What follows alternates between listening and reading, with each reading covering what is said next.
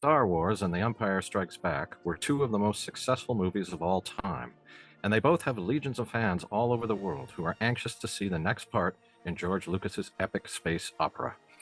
Many feel that Empire was even better than the original Star Wars, so expectations are higher than ever. How can George Lucas possibly live up to that? Can he once again top what he's already done and create his greatest sci-fi masterpiece yet? Or is this the moment where he crosses the line between good filmmaking and overt product merchandising? This is zero budget New York City guerrilla filmmaker Sean Weathers. And I'm Canadian screenwriter and playwright Angus Combe. And for the next 2 hours, we'll be guiding you through the third and final chapter in the original Star Wars trilogy, George Lucas's and Richard Marquand's much anticipated and somewhat divisive Return of the Jedi. The No Rules Film School is now in session. You and your goddamn Canadian lingo. Divisive. It's divisive. Well, I think either way works. We understand each other. Do we? A? I don't know. It's divisive, I guess.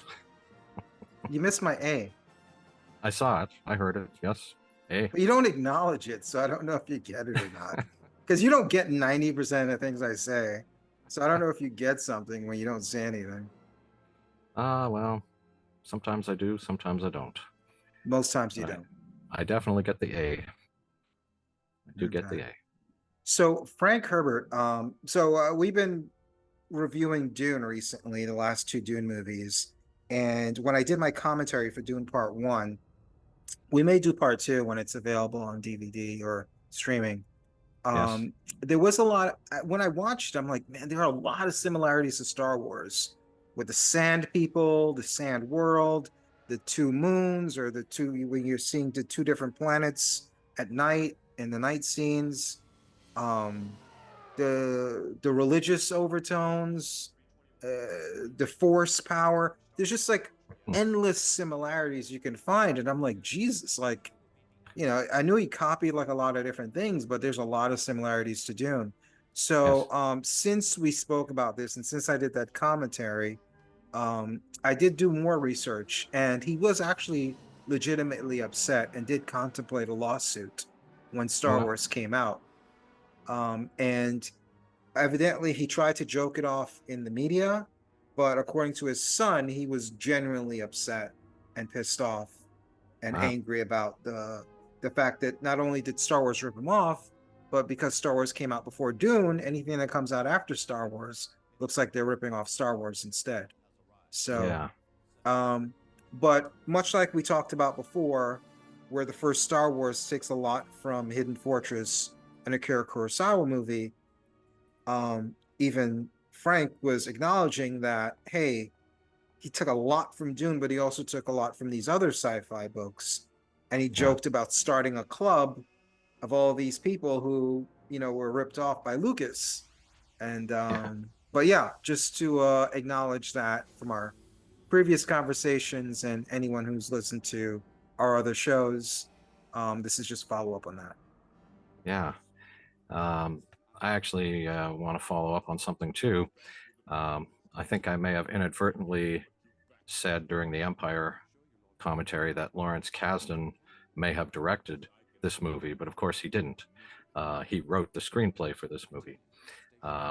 So that's what I was thinking, and that's what I meant. But yes, it's Richard Marquand who directed this movie, not Lawrence Kasdan. Aren't you ever tired of being wrong? Every day. Every day. Why are you laughing? It's a serious question. I'm just curious. Of course I'm tired of being wrong. Nobody likes to be wrong. I was joking. Yes. When I say I'm serious, it doesn't mean I'm being serious. When you say you're serious, that's when it's a joke. And when you don't say it, that's when it's serious. No. When can we end this relationship?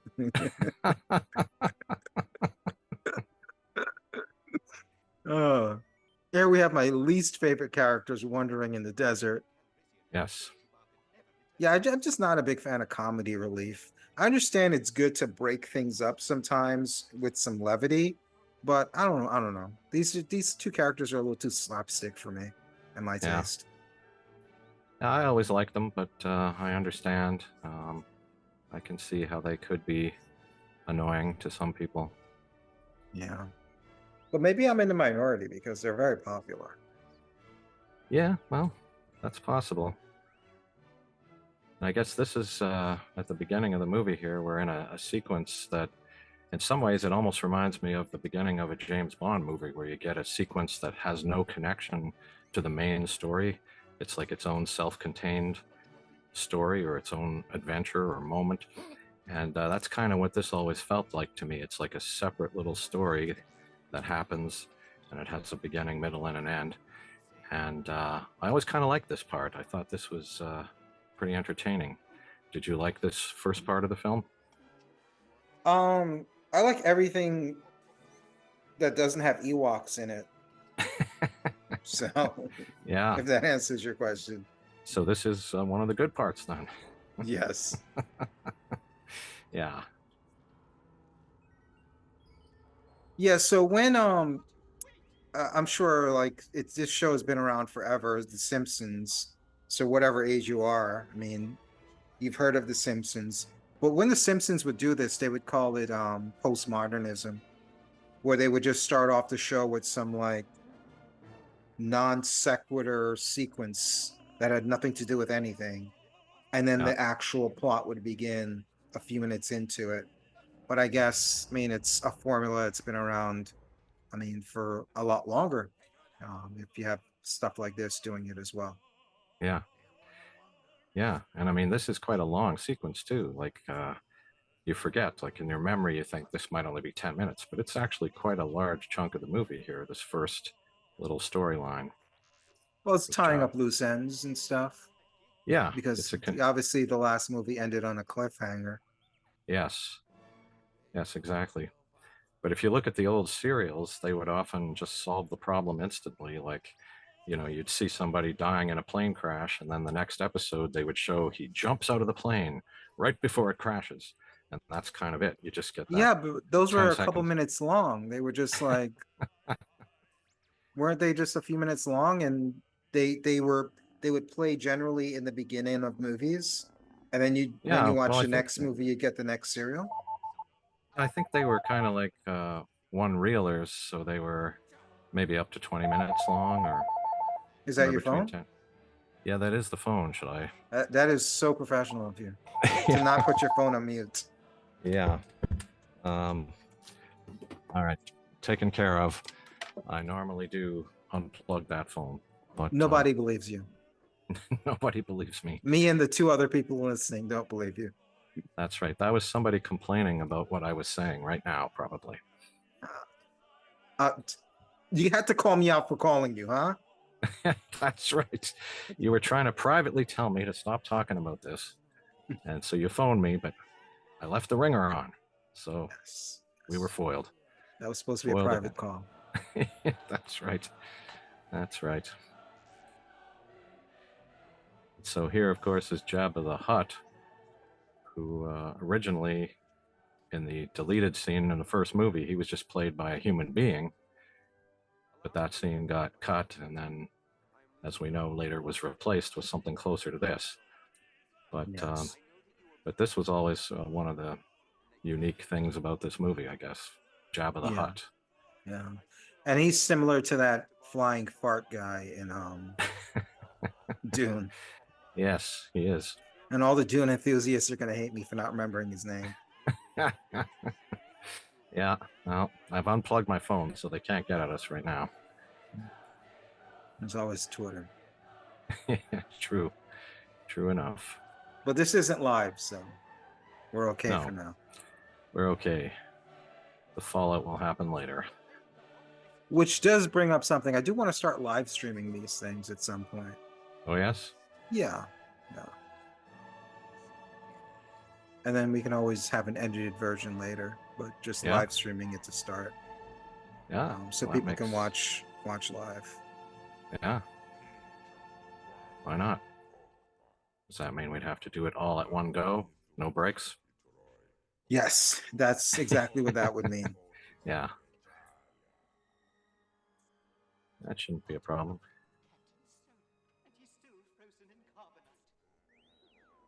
So something I did not know.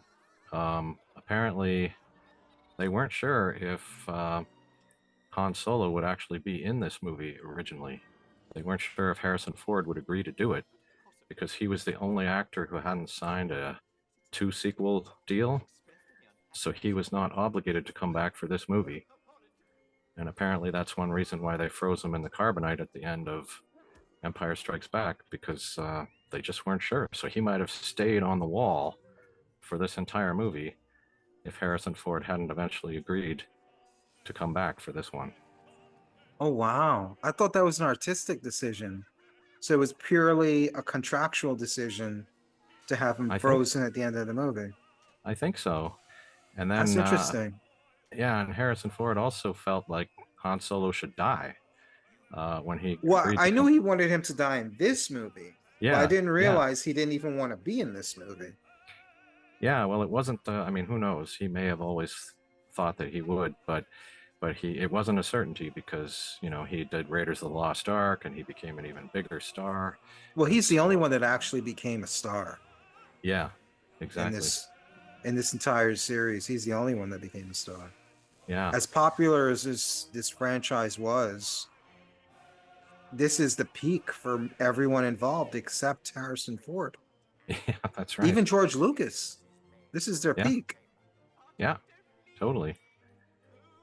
Um, yeah. So Harrison Ford, I guess he was the only one who refused to sign 2 sequels. He only signed for one. So he must have had some idea that he wouldn't want to come back, but who knows? I mean, who knows Well, what he it was makes a going lot to of do? sense. One, he's the biggest star, so it's a money thing. Yeah, Two, he was the oldest person by far in the main cast. Because yeah. Mark Hamill and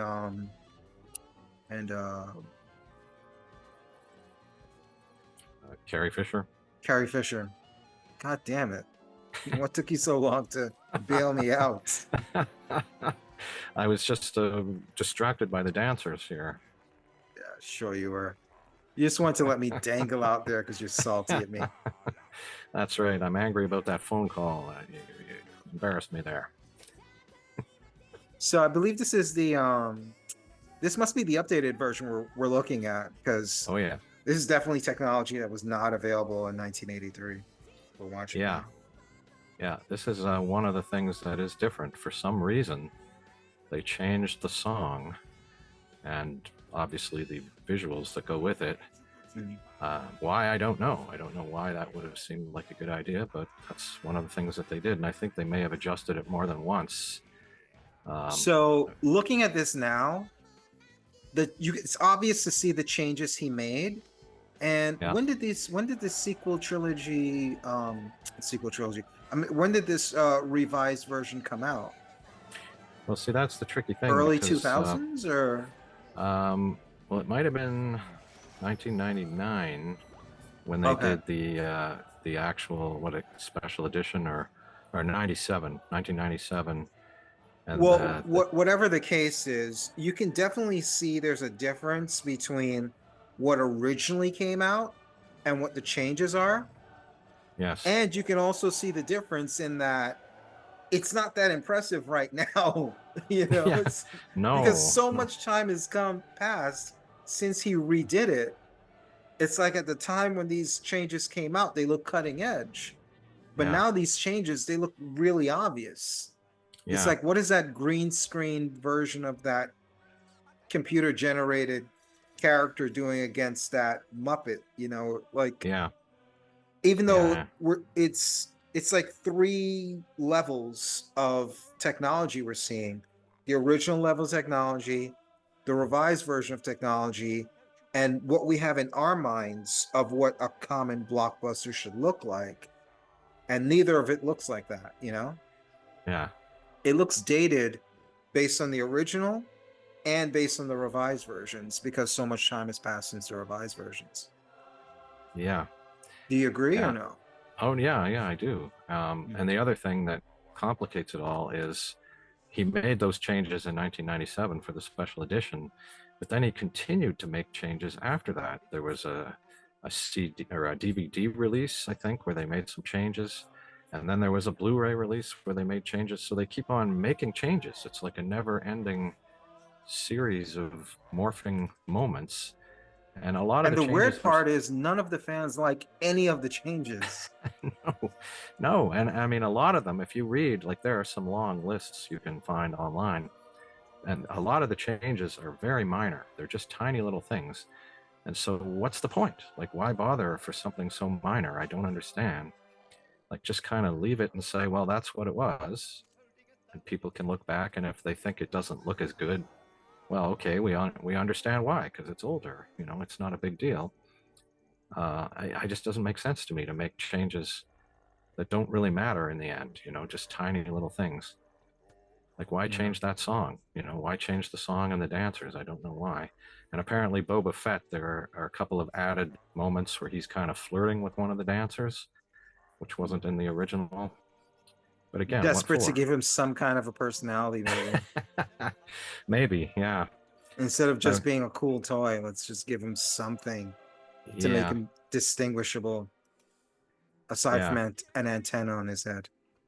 yeah. Because I was going to say, once again, here, we don't get a lot with Boba Fett. I mean, he's here in this sequence, but he doesn't really do much, just like in the last film. So, Yeah. interesting.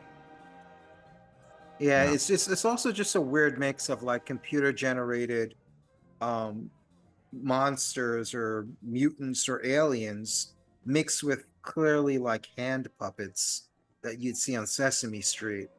So it's just like an odd mix of that stuff. yeah, totally.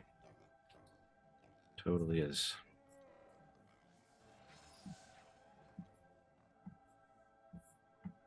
Yeah, so Lawrence Kasdan, This shot here is clearly been touched up because it looks yeah, really good. yeah.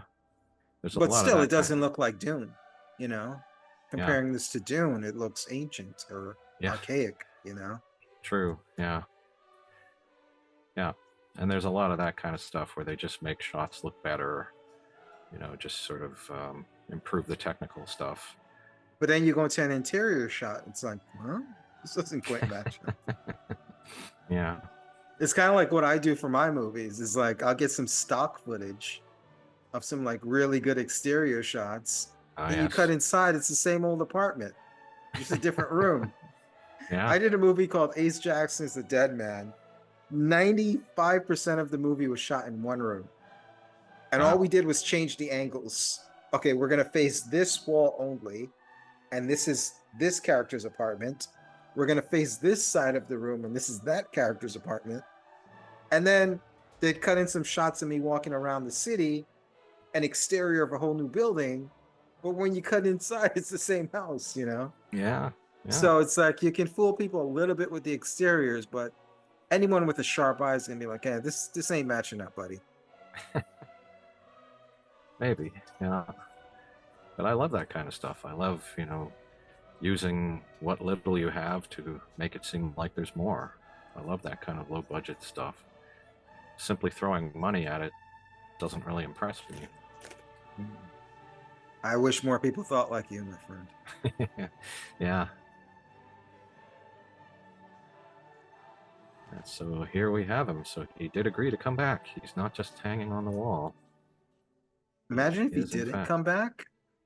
Yeah. How weird would that be, eh? It'd be very weird. Yeah. Well, they would have just have it would have to be even darker. They would just have to say he died. And it would have Yeah. been really weird because it would have been super dark to imply that he died or show that he died. Yeah. And then cut to the Wookiees. Yeah. Talk about a contrast. It's like Yeah. That's right. Yeah. this beloved character that you've been sitting on a cliffhanger for 3 years to figure out his fate. You find out he Yeah. dies. Then by the way, here's some like cute little Wookiees, you know? Yeah. Yeah. Well, Harrison Ford, he really felt that the character should die. And other people felt similarly, like I think the director and maybe Lawrence Kasdan, they felt that there needed to be some kind of a loss for the good guys. You know, they needed to lose somebody, somebody needed to die. Um, and Harrison Ford felt that it should be him. and that it should happen sort of early in the third act so that there's still lots of movie left for the other characters to deal with it. But George Lucas apparently did not like the idea and basically didn't want to be selling toys for a dead character. So he didn't want dead Han Solo toys, which is interesting. It's the Because I think, same. I mean, this is he eventually sold this to Disney, and that's kind of Disney's philosophy, because yeah, who was it? I think Kevin Feige. He wanted all the original Avengers characters to die at the end of Endgame, uh huh, but then got talked out of it, and now they're all back. Essentially, yeah, even though one of the characters that died, Black Widow, ended up having a movie after she died, which is yeah, insane. But yeah, it comes down to like merchandising, toys, kids, hmm, profits.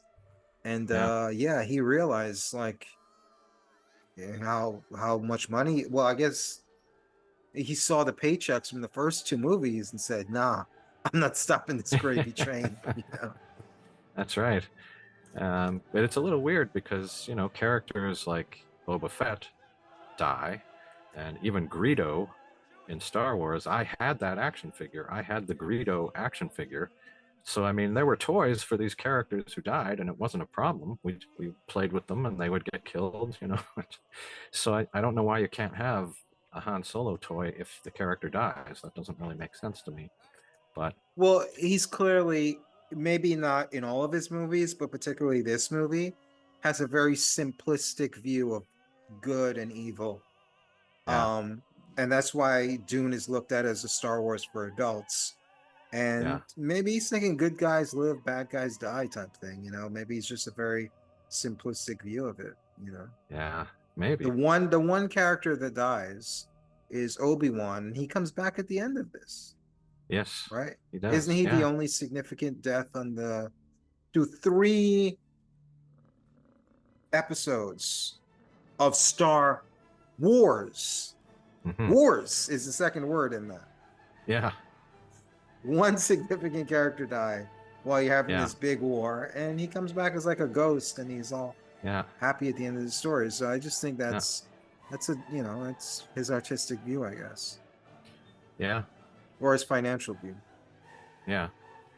Well, I guess that is the question. I mean, by the time we get to this movie, and that's a lot of the criticism I think of this movie, is that he's really kind of become more interested in the merchandising and the products than whether or not he's telling a good story. And I don't know. I'm not saying that's true, but that's definitely, there's one side that feels that way, and there's another side that feels, no, no, this is great, and everything he did here is wonderful. Um, so, yeah, that is the question. Did he kind of start to care more about the products and less about the movies? I Yeah, don't know the answer. I don't know. Maybe this is just who he is the whole time. Yeah, Because the movie people like the best, he didn't really direct. You know, yeah, the yeah, first one, it seemed like the actors, based on the stories they've told since the movie came out, they kind of steered him away from a lot of the long monologues and a lot of his artistic decisions. They kind of steered him away from it, yeah, and he kind of went with the flow because he was more like, all right, how are we gonna get the technology right for this?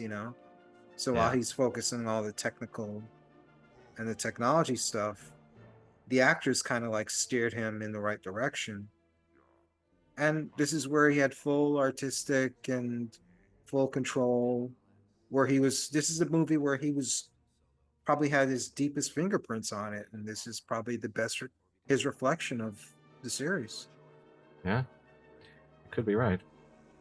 Well, until Um, you get to the prequel trilogy, of course. Where, yeah, yeah, yeah, but for the first trilogy, this is yeah. So in terms of directing, like Irvin Kershner, who directed Empire Strikes Back, he apparently did not want to come back and direct this film because it had been a grueling 2 years. So he just didn't want to do it. Um, two and 2 years, yeah, working on Empire Strikes Back. Jeez. Um, so Lucas actually wanted his good friend Steven Spielberg to direct this movie, Mm. but they both of them had problems with the Directors Guild of America. Um, Lucas ran into trouble because at the beginning of Star Wars and at the beginning of Empire Strikes Back, they don't put any credits. They don't list the director's name, and apparently that's a violation of the rules. And he got permission to do it for Star Wars, but Empire Strikes Back, they actually wound up fining him like $250,000, I think, for not putting the director's name in front of the movie. They're And insane with these credits. Like yeah, caterers get credits. oh yeah, Guys like, just like getting coffee gets credits. Like I yeah, don't care who gets the coffee or who's the caterer to a yeah, movie. that's It's like true. they go Yeah, insane with these credits like they mean something. yeah, I mean, who well, really cares? yeah. Well, a Who's lot of people sitting there don't. like reading all of these credits? Yeah, well, I think it is a union thing. It's like you got to credit our people. You gotta do it right. And so Lucas, he wound It's up also quitting. ego driven. Yeah, Lucas actually quit the Directors Guild, and he quit other things as well. He was a true independent. Good for Um, him. so they were mad at him, and then Spielberg, oddly enough, another movie we've talked about on this podcast, Poltergeist, which Mm, you may remember, there was a controversy there where some people felt that he directed it, not Toby yeah, Hooper. yeah. And there was apparently some suggestion that Spielberg and his producer may have kind of leaked that story because they felt that his name was more commercial than Toby Hooper's name. I don't know if there's any truth to that, but it wound up being investigated by the Directors Guild, and there was some kind of a big fuss. And I think Spielberg had to issue an apology to Toby Hooper. And so they were both kind of in trouble with the Directors Guild. And so they could not get permission for Spielberg to direct this movie. And that's why he did not direct this movie. I didn't even hear anything So, about the apology to Toby Hooper. Of the lore of that story of who directed Poltergeist, it's yeah, funny like how time filters certain things out, and time certainly filtered out the whole apology thing because the yeah, only thing you really read about is the controversy of who directed it. yeah. That's right. And I mean, I don't think he's ever, I think Spielberg's always said, no, no, Toby Hooper directed it. But there may have been a deliberate, at the time, for commercial purposes, they may have tried to kind of create a story there just to get publicity. I don't know. I'm not sure about it. But he did write an open letter apologizing to Hooper about that. Hmm. Yeah. So pretty crazy. And then Lucas actually approached David Lynch about directing this because he had So I just guess I done. was wrong about David Lynch directing the second one. It was the third one. Because I think it said in Yeah, the commentary for the second one that David Lynch almost directed it, but it was actually this one. yeah. So yeah, so he basically had zero interest, he said, in doing this. Um, so then Lucas actually talked to David Cronenberg about directing this, No and way. Cronenberg basically said Talk about no, a different movie. If he didn't Lynch would have want made to. a different Yeah, movie, imagine well, yeah. Cronenberg. Well, both Lynch and Cronenberg are guys who are very, very unique. They have their own styles, Very and distinctive. they're definitely not going to want to just do whatever Lucas tells them to do. They're, No, they're not. they're They're not not yet. directors for hire. No, and of course Cronenberg, instead of doing this, he made Videodrome and The Dead Zone, which are actually two of my all-time favorite films. So I'm very glad that he turned this down and made those films instead. But I don't know what Lucas was thinking going to such sort of unique filmmakers and offering them the job, because he really does want to control things, as you said. He's really got his hands on all of this, and I don't think that would have gone well with either David Lynch or David Cronenberg. Yeah, you got if you look at Disney, they don't have any real big directors that direct their movies. And when they do, it's usually a disaster because they have Yeah, a certain way they want it to look and feel. And it's a producer's movie. Blockbusters are producers' movies. They're not directors' movies. yeah, Because there's certain sequences you need for the trailers. There's certain action sequences that are mandated to be in the movie. Certain actors and it's like you don't really have the control, you know? Yeah. And Yeah. why waste money, aggravation, headaches, and fighting with artistic directors when all you're going to want them to do is pull back and do less? Why not just pay someone less who's just willing to be a company guy, you know? And Yeah. that's most of Disney's bigger movies as of late, especially with the Marvel stuff, has been like with company guys, not really those highly artistic directors. And when you Yeah. do get someone like who's the guy, Sam Raimi, Yeah. it's a very neutered Sam Raimi that did that Yeah. Doctor Strange movie. It doesn't have Yeah. the feel of like that first Spider-Man movie he did, or No. like Evil Dead. It just like maybe one or two sequences that would make you think, oh, this is a Sam Raimi film. But those one or two sequences might amount to like 2, 3 minutes of screen time. Then Yeah. otherwise it just looks like a standard Disney movie. Oh yeah. Yeah. Um, just to go back to what's on the screen here, I think we just saw that creature, Sandworm, that pit. Yeah, the the more creature that's Dune going to similarities. eat people. That's one of the changes as well. Like in the original movie, it was much more basic. It was kind of a hole with some teeth, and there might have been one tentacle that came out at some point. But this is more. They've done more to it here, made it look like more of a creature. So, was it necessary? I don't know, but that's one of the changes. Mm. A friend of mine pointed out years ago that they say something here about how horrible this death is because you're going to be digested for 1,000 years when you're thrown into this thing. But my friend How's that pointed even out that, possible? yeah, well, my You friend don't said, even live for it. You die. yeah, yeah, my friend said, you're going to starve to death before that. Like you're not going to be in pain for 1,000 years being digested. You'll die I of old mean, age. how would that thing live if like he? I don't know. Yeah. That just makes no sense. No, it sounded good in the moment. When I was a kid, it's like, oh my God, 1,000 years, that's awful. But yeah, when you really think about it, that doesn't really work. They're not big enough to have sustenance that you would want to keep them undigested for that long. No, no. Even as a kid, I wasn't a big fan of this action sequence because there wasn't like a lot of good fighting. It was just like, all Yeah, right, knock someone into the hole. yeah, Like knock someone into the hole. It's like I wanted more of yeah, like a showdown, where it's like yeah, back and forth sword fighting or like yeah, gun plays and shootouts. yes. And this is, again, a very uninteresting end for Boba Fett here. Yeah. Just kind of wasted the character. But he was a cool toy, as you say. Yeah, he has an antenna on his head, man. Can't beat that. That's right.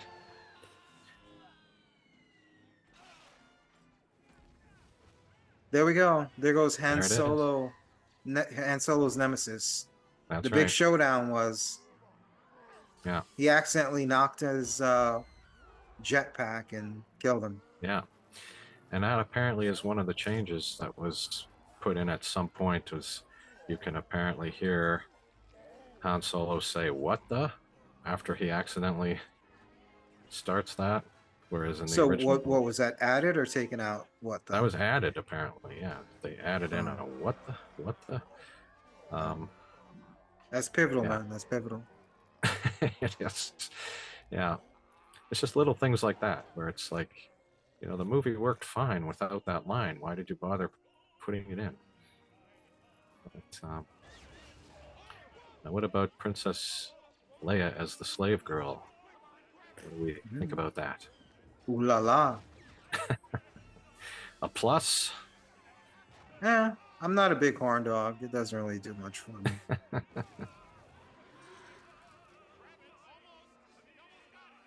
I think she was very concerned about the costume, how revealing it was, and needing to look good in it. Mm. Oh, of course she's going to be self-conscious. I mean, the whole world is looking at her. Oh yeah. That's understandable. Oh yeah.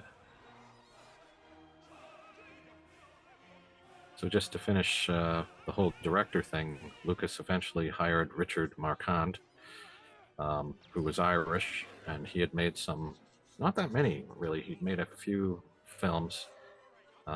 Right before this, he made Eye of the Needle, which is a very good suspense film, and that's why Lucas apparently thought he would do well with this because he was good with suspense.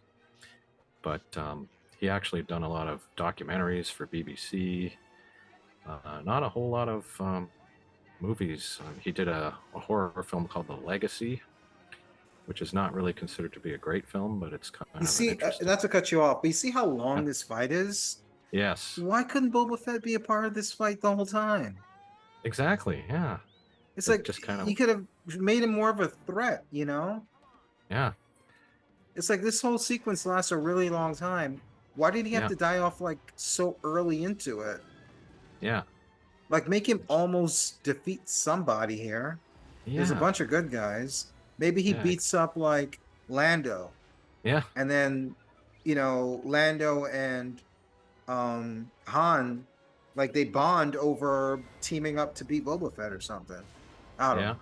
Yeah, I agree that Boba Fett should have been more involved in the fight scene. And in fact, I would go so far as to say that he wouldn't have necessarily even had to die here. You know, he could have been knocked down into the pit, and then he could have somehow gotten out of it at the last second. Um, Maybe even a choice that the others make left him alive when they could have finished him off. And then he could have been a threat later in the movie. Could have come after Han Solo, and especially if they were going to kill Han Solo, as some people thought they should, it could have been Boba Fett that was responsible for that. But regardless of whether he died in that moment or not, I think it happens in a very silly kind of way, which a lot of fans I think feel is just played for laughs and is not really earned. It doesn't really feel like a moment that is believable. It's just kind of a silly way for that character to die when they've built up such an interesting character. So, not really sure why they did that.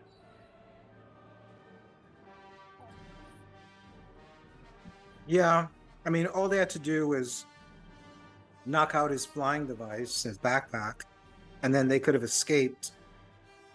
And it could have been, oh, they're escaping Boba Fett because he's so badass. They didn't want Yeah, to keep fighting him, you know. Really built yeah, him up as a challenge. yeah, exactly. But yeah, This is the fans first have time we been. see the Emperor here, right? Yeah, I believe so. Or I in believe. person, I should say. We just saw his head, right? Yeah, well, I think in the original versions, I don't think we saw him at all until this point, and I think in the sort of remastered special editions, they inserted him in some kind of transmission or something. So So those times maybe, we saw him in the transmission, that wasn't part of the original trilogy. yeah, well, maybe it was, but it wasn't the same actor. It might have been a Mm, different actor. okay. But yeah, this is really the first time we're kind of seeing him in person and getting to know him. And I don't know. I thought he was kind of bizarre. When I was a kid, I actually didn't fully understand that there was an emperor in the first two movies.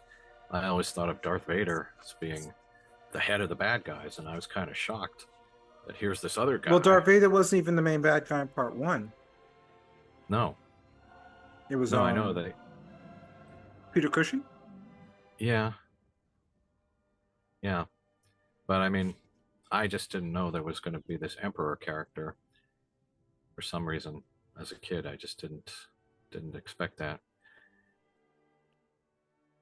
And now we're going back to Yoda here, which apparently originally they weren't planning to have Yoda in this movie at all, which is interesting. But the director, Marquand, he really felt that they had to do this. They had to somehow resolve this relationship between Luke and Yoda. And Top I all the must loose say, ends. Yeah.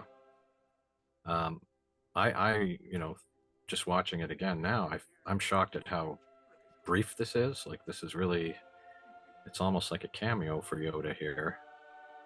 And I find it interesting that on the one hand, he says, you're not ready, you haven't finished your training. But on the other hand, he says, you don't need any more training. Just go ahead and confront him.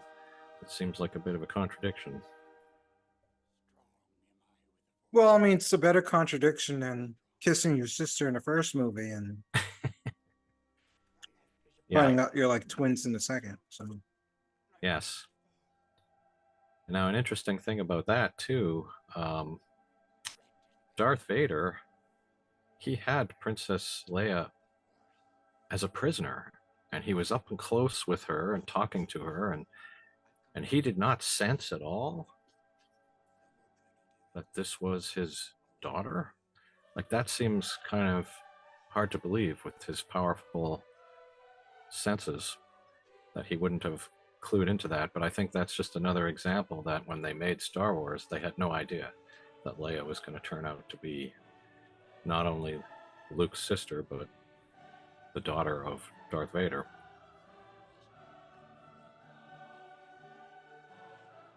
all those porn directors that made Star Wars parodies of Darth Vader having sex with Princess Leia, I don't think they knew that either. No. And how did they feel about it once they figured it out? Did that make the films better or worse? Oh, I don't watch porn. That's why I'm asking you, pervert. Ah, yes. Uh, I don't recall too many Star Wars porn films. I know there were some, clearly, but yeah, that's not one of my areas of expertise. Star Wars porn. Keep saying porn. Porn. Completely sabotage our only chance to get monetized. If you say the word, is that bad? I don't know. Yeah, I don't trust YouTube for anything. yeah. You could bleep it out if it's a problem, I guess. I love the way you give me work. I know, I know. I enjoy that. Um, so, the other reason that Lucas decided to have Yoda in this movie is because he had a discussion with a child psychologist, and he was concerned about younger moviegoers who might believe that, Might not buy toys. well, maybe, but I think it was this idea that Darth Vader might be lying, because that's certainly what I thought as a kid. I thought he's lying. He's not Luke's father. And so they needed Yoda to sort of say, yeah, this is really true, and sort of explain it. That makes sense. Yeah.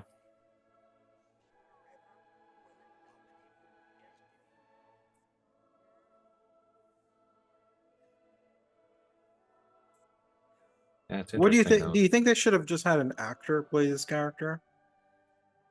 Yoda? Yeah.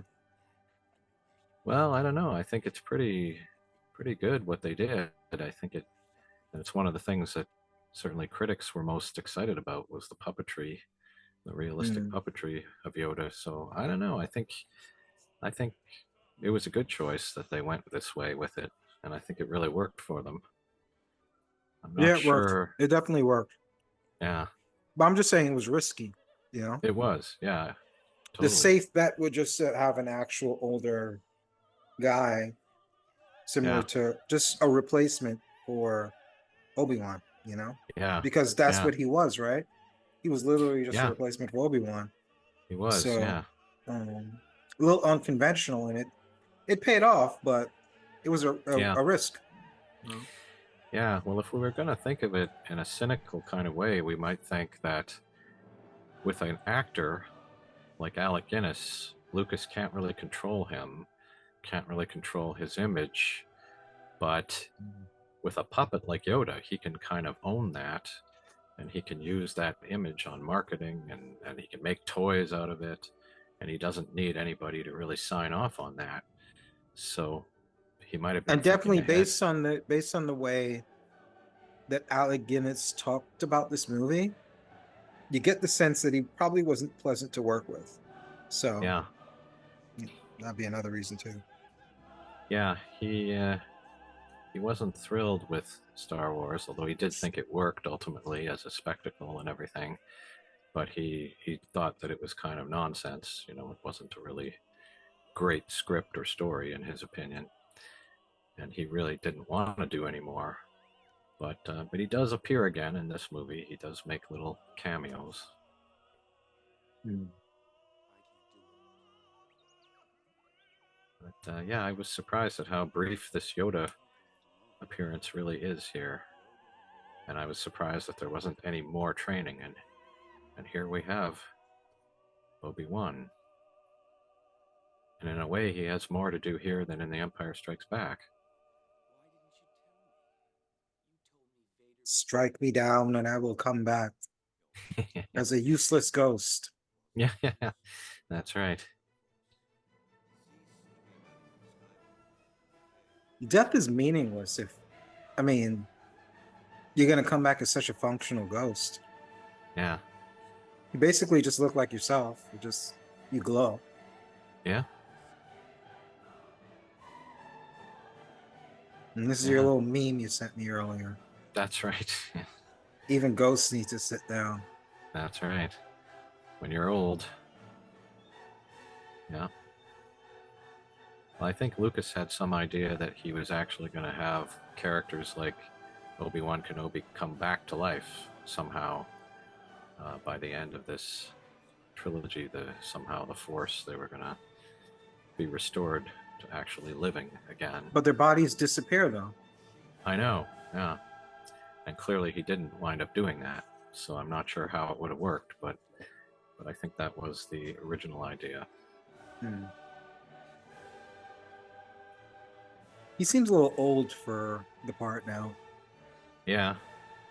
I guess it's 6 Reminds years me of later. like Tobey Maguire in Spider-Man Part 3 or like yeah. Tom Uh-huh. Holland, where it's like you're still playing the kid, but you're not a kid anymore. Yeah. You were barely a kid in the first one. Yeah. Yeah, Well, that's golly almost. gee willikers, he's my dad? Yeah. You're a grown man. Act like one. What movie is that Yes. from? You're a man. Act like one. The hell is that movie from? Gosh. I want to say it was like De Niro or Pacino or someone saying that. Yeah, that sounds familiar. I can't quite place it. Uh, Oh,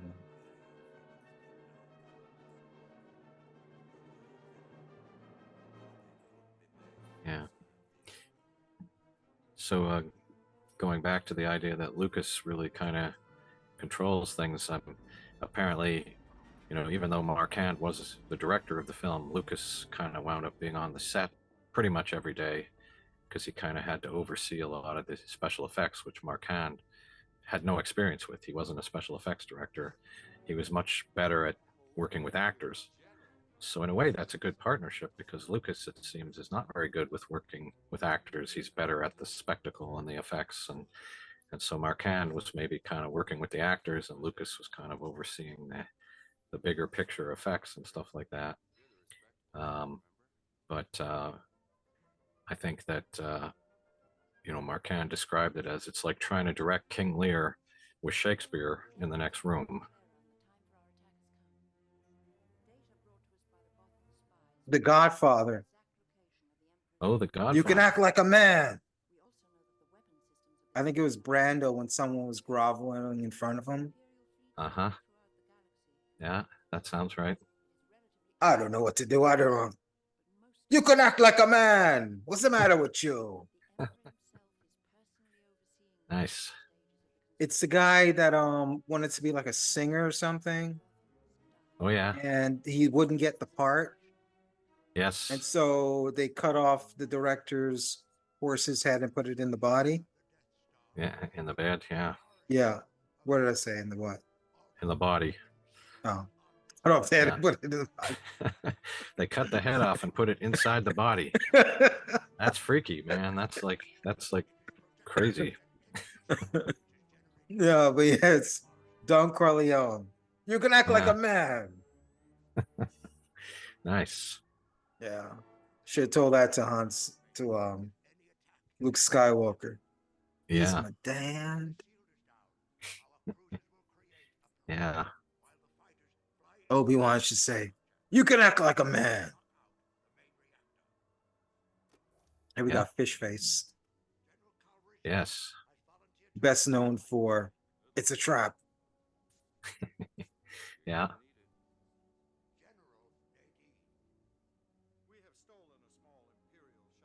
So Richard Marquand, the director, he didn't really go on to a long career. He wound up dying quite young at age 49 Mhm. in 1987, so only 4 years after this movie came out. So I was wondering why I didn't know his name, why he didn't go on to do, because this is a big successful movie. You think he would be given other opportunities, but he wound up dying. So Mm. that's kind of freaky. What did he die of? Stroke. Mm. Yeah. I think he spent a few days in the hospital and just wound up dying. Mm. So you never know, right? You get to a certain age and all bets are off. You could just suddenly die. Yeah.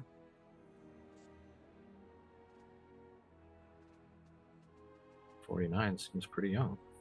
Yeah. So what's going on in 83? We're getting closer to modern times with these movies. I feel like the We 70s are. felt a lot further away than like getting close to the mid 80s at this point. Yeah. Well, this movie was released on May 25th, 1983. It was originally going to be released on May 27th, but they decided to change it so that it would be the exact same day that the original Star Wars was released in 1977. Mm. So May 25th. Um, the number one song at that time was Flashdance, What a Feeling by Oh, I Irene love that Cara. song. Yeah, What a great. feeling. And of I course, am rhythm now means believing. I am yeah, rhythm now. yeah, Da, da, da, da, da, da, da, all my life. yeah. Take And your passion and make it happen. I love that song, man. yeah, it's a great song. And it's, of course, another movie, theme song from another movie. The Number, 80s around this time was all about a really good soundtrack. yeah, Beverly Hills Cop, yeah, Top Gun, Flashdance, yeah, Footloose. You got a yeah, really good theme song and you're gold. And you know who was a king yes. of soundtracks? Is what's his name that did Footloose and he did Danger Zone. Kenny Loggins. Kenny Loggins, man. Yeah, He did Caddyshack. He yeah, did he did so many movies. He yeah, was the king of the soundtrack. yeah. Yeah, a lot of great soundtrack songs from the Yeah, 80s. yeah. Yeah. Because there's so many montages. You needed Oh, yeah. good songs for the montages. It's one thing to have a montage. If you don't have like a really good song that says the title of the movie or that like gives the spirit of the movie in the montage is useless. You need Yeah. that really good song with lyrics, not just like this where it's a good score. You Yeah. need those lyrics once you have a montage. See, this That's doesn't right. need lyrics because this doesn't have montages, but Yeah. need True enough. lyrics with the montages. Yeah. So the number two song was Let's Dance by David Bowie. It was a big song. Let's dance. Put That's right. on your red shoes and dance with me. Yeah. Yeah. Yeah. Let's dance. David Bowie, very Yes. underrated as far as a musician. He Yeah. had transformed himself so many ways. He There was a had. big David Bowie convention near the hotel that I work at Oh, yeah. um, last year. Bunch of David Bowie diehards came. So I decided to listen to the greatest hits. Oh, First of yeah. all, his greatest hits is so fucking long. Oh, It yeah. is insanely long. And Yeah. the variance of the music that he does and he experimented with is insane. He Yeah. just has his it's just a wide scope of music. You didn't realize Yeah. how much he experimented. Very Yeah. underrated artist. Yeah. For sure. At number three was Beat It by Michael Jackson. Oh, finally. Yeah, Michael. which I loved. I loved that song. I thought that was great. Only It was, number three? it was on its way down, so it had already been up to number one and Okay. was coming down. It was the 14th week on the charts, I think. Mm. Um, yeah, so another great song. You And better run, you better do what you can. Don't be the macho man.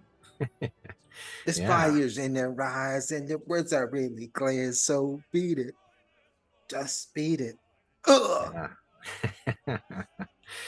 Number 4 was Overkill by Men at Work. I'm not even sure if I remember Overkill. I remember a Men lot. at Work sound familiar, but Overkill? Yeah, that song title doesn't sound familiar. We know Land Down Under, Who Can It Be Now? You know, they had Who quite a can few it hits, but be now? yeah, I love Overkill. Who Can It Be Now? Um, it's a Mistake. That was another one. But Overkill, I don't recognize that. Interesting. No. So they did Who Can It Be Um, Now? they did Who Can It Be Now? Yeah, I love Who Can It Be Now? yeah, it's a great Who song. can it be now? Yeah, Who can it be? So this was what hang on, let me play a little bit of Who Can It Be Now? See if it could jog my memory. Um so what number was this? number 4 was Overkill by Men at Work. No, this ain't doing anything Oh, for me. yeah, that doesn't sound familiar. But No, I'm sorry, I didn't care what you said. I was just playing the song. What'd you say? yeah, I just said yeah, I don't remember it. I don't recognize it. Trust me, I Um, just played some of it. I don't recognize it either. yeah. So number 5 was She Blinded Me with Science by Thomas Oh, Dolby. I love that song. Yeah, She blinded yeah, me with science. yeah. She blinded me with technology. That was a big nonsense song. Wasn't he like a Yeah. one-hit wonder? I believe so. Well, yeah, I mean, he did other things, but that's probably his most famous song. Mm. Yeah, It's a song that didn't make any sense, but it was fun to groove to. yeah. Number 6 was Little Red Corvette by Prince. Oh my God. Yo, take me Yeah, back to 1983. yeah, Forget no the kidding, huh? crack, forget the poverty. Just let me listen to the music. You That's tell me right. the same year Yeah, the in the same top week. 10, Same the week. Yeah, same week, you had Little Red Corvette and Beat It? yeah, Yo, they were spoiled. They were spoiled in 1983. yeah, They were totally. spoiled. Yeah, Little Red Corvette. Uh, yeah. Baby, you're much too fast. Oh man. Yeah, I'm loving this top 10, man. What Oh was yeah, it? What was a really weak one? 1977 when we did Star Wars? That was a really yeah. lame top 10. This is a Maybe. good one. This is a good Yeah, one. yeah. Um, well, if you want to hear more from the top 10, it's We're never gonna end Solitaire. this. We're never gonna get Yeah. through this, right? Solitaire by Laura Branigan was number 7, and I don't recall that one. I remember her song Gloria, Laura Branigan, but this is called Solitaire, How number did Gloria 7. go? Gloria, do do do, Yeah. You something da gotta da get da your da. down, down, Yeah, Gloria, my glory. Oh man, that's a good one. yeah. I don't Solitaire. remember. Yeah, maybe we'd recognize it if we heard it, but What's her name again? Laura Branigan. Gloria, Gloria. Yeah, Dun, dun, dun. I love that song, man. God, I yeah, it's a love the classic. 80s. No wonder Yeah. VH1 had a whole thing called I Love the 80s. Oh, It yeah. was the best time for pop music, man. Yeah, could be. Yeah, Gloria's a good one, bro. Yeah, That's a good one. All right, let me yeah. play a little bit of Solitaire and see if I recognize it. Okay. Synthesizer.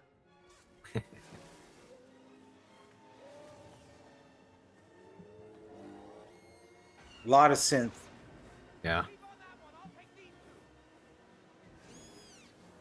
Nah, this No. ain't it. This ain't Yeah. it. This Um, must be like a residual hit because Yeah. Gloria is so good. You're like, let me Yeah. just listen to more of her stuff. I think so. Yeah. Nah, it ain't it. It ain't it. Yeah. You're not missing anything. No. Okay.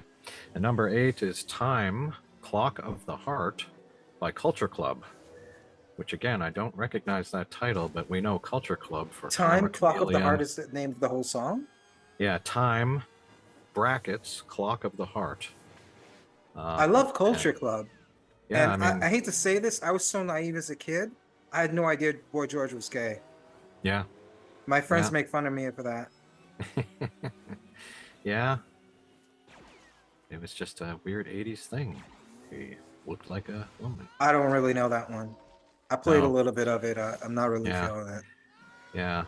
And number 9 is My Chameleon Love. was their real song, man. Yeah, Karma Karma, Chameleon. karma, karma, karma, And karma, chameleon.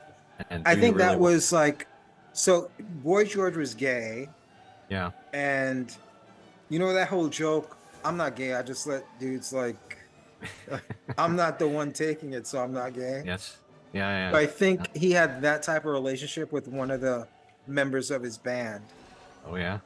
who didn't identify as being gay, but he either did stuff to Boy George or let Boy George do stuff to him. Oh, But okay. he was never receiving anything. I see.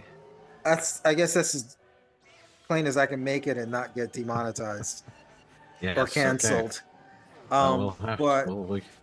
so Karma Chameleon, You Come and Go, You Come and Go, was based Yes. on him, that band member, what he was Uh-huh. doing to Boy George. I see. He was a chameleon. He kept changing. Like, well, when Yeah. you're with me, you're one thing, and when you're not with me, you're another. And you come Uh-huh. and go, you come and go. Yeah. Okay. Their other big hit was, of course, Do You Really Want to Hurt Me? Oh So, yeah. remember. Yeah. Do you really want to make me cry? Yeah. But number 9 was a song called My Love by Lionel Richie, which I don't immediately recognize either. I I remember a love lot of Lionel other. Richie, but My Yeah. Love? Dancing on the Ceiling. Say You, Say Me. Say you. What's that song where the woman is blind and in the part of the lyrics is see me? See Me. Where the woman is Ah. blind in the video. Oh, Oh my God. I not Now I gotta remember it. remember that. Yeah. In the video, she's blind, and the lyrics like, Yeah.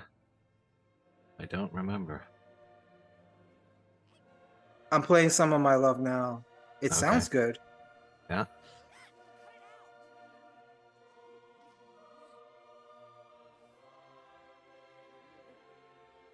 It sounds good, but it's not really.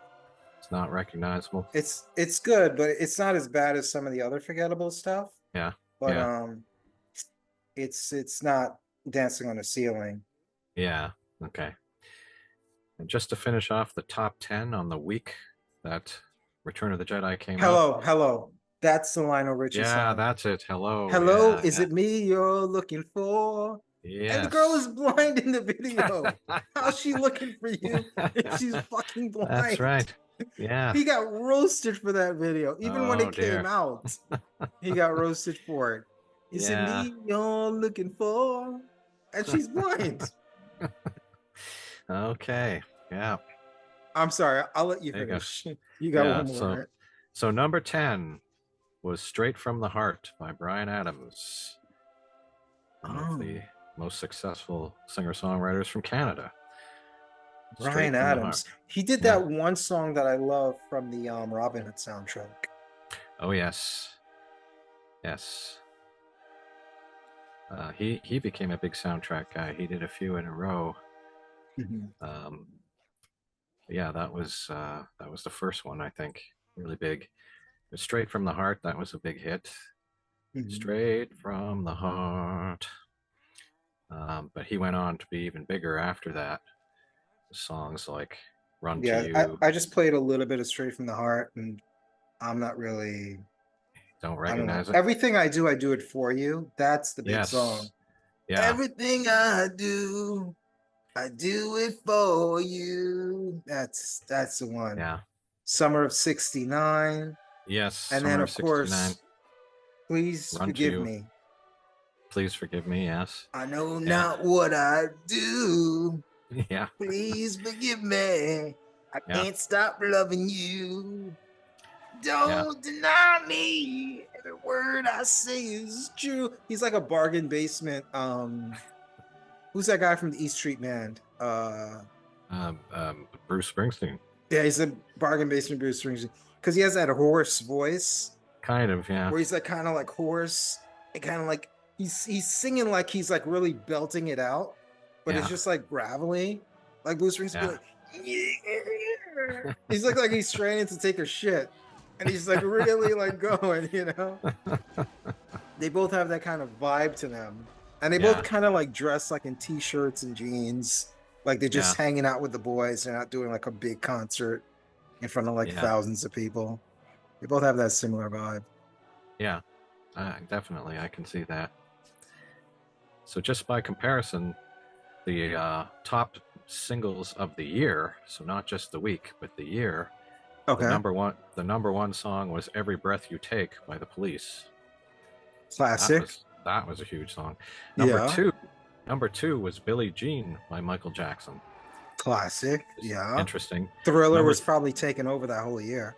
Oh yeah, that was definitely one of the big albums. And Flashdance, What a Feeling is number three. So the number three song of Needs the to year. be up there. Yeah, great Yeah. Oh, song. and Men at Work, number four, Down Under. That's one of their more famous songs. Take it to a world down under. Yeah, Yeah. And number five is Beat It by Michael Jackson, again, which, Thriller. Yeah. yeah, I mean, that was my favorite. I preferred Beat It to Billie Jean, although I did like Billie Jean. So Mm. for me, I would reverse those, but still pretty cool. Two songs in the top five of the year. So that's something.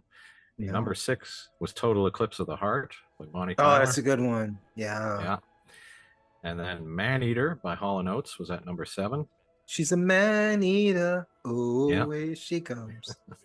Watch out, boy. She'll chew you up. Yeah. I'm not sure if I know this one. Number eight is Baby Come to Me by Patty Austin Baby, and James Ingram. come to me. Let me put my arms around you. Yes, this was there we go. meant to be. Yeah. And I'm I also recognize glad I found you.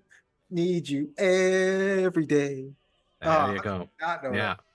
That's Yes. a great one.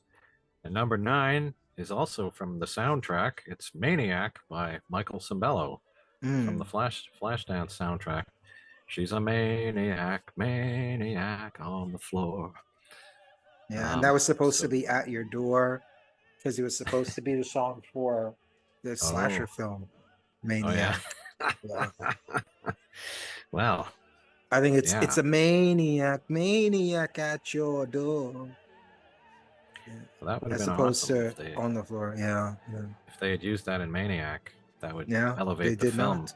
to yeah.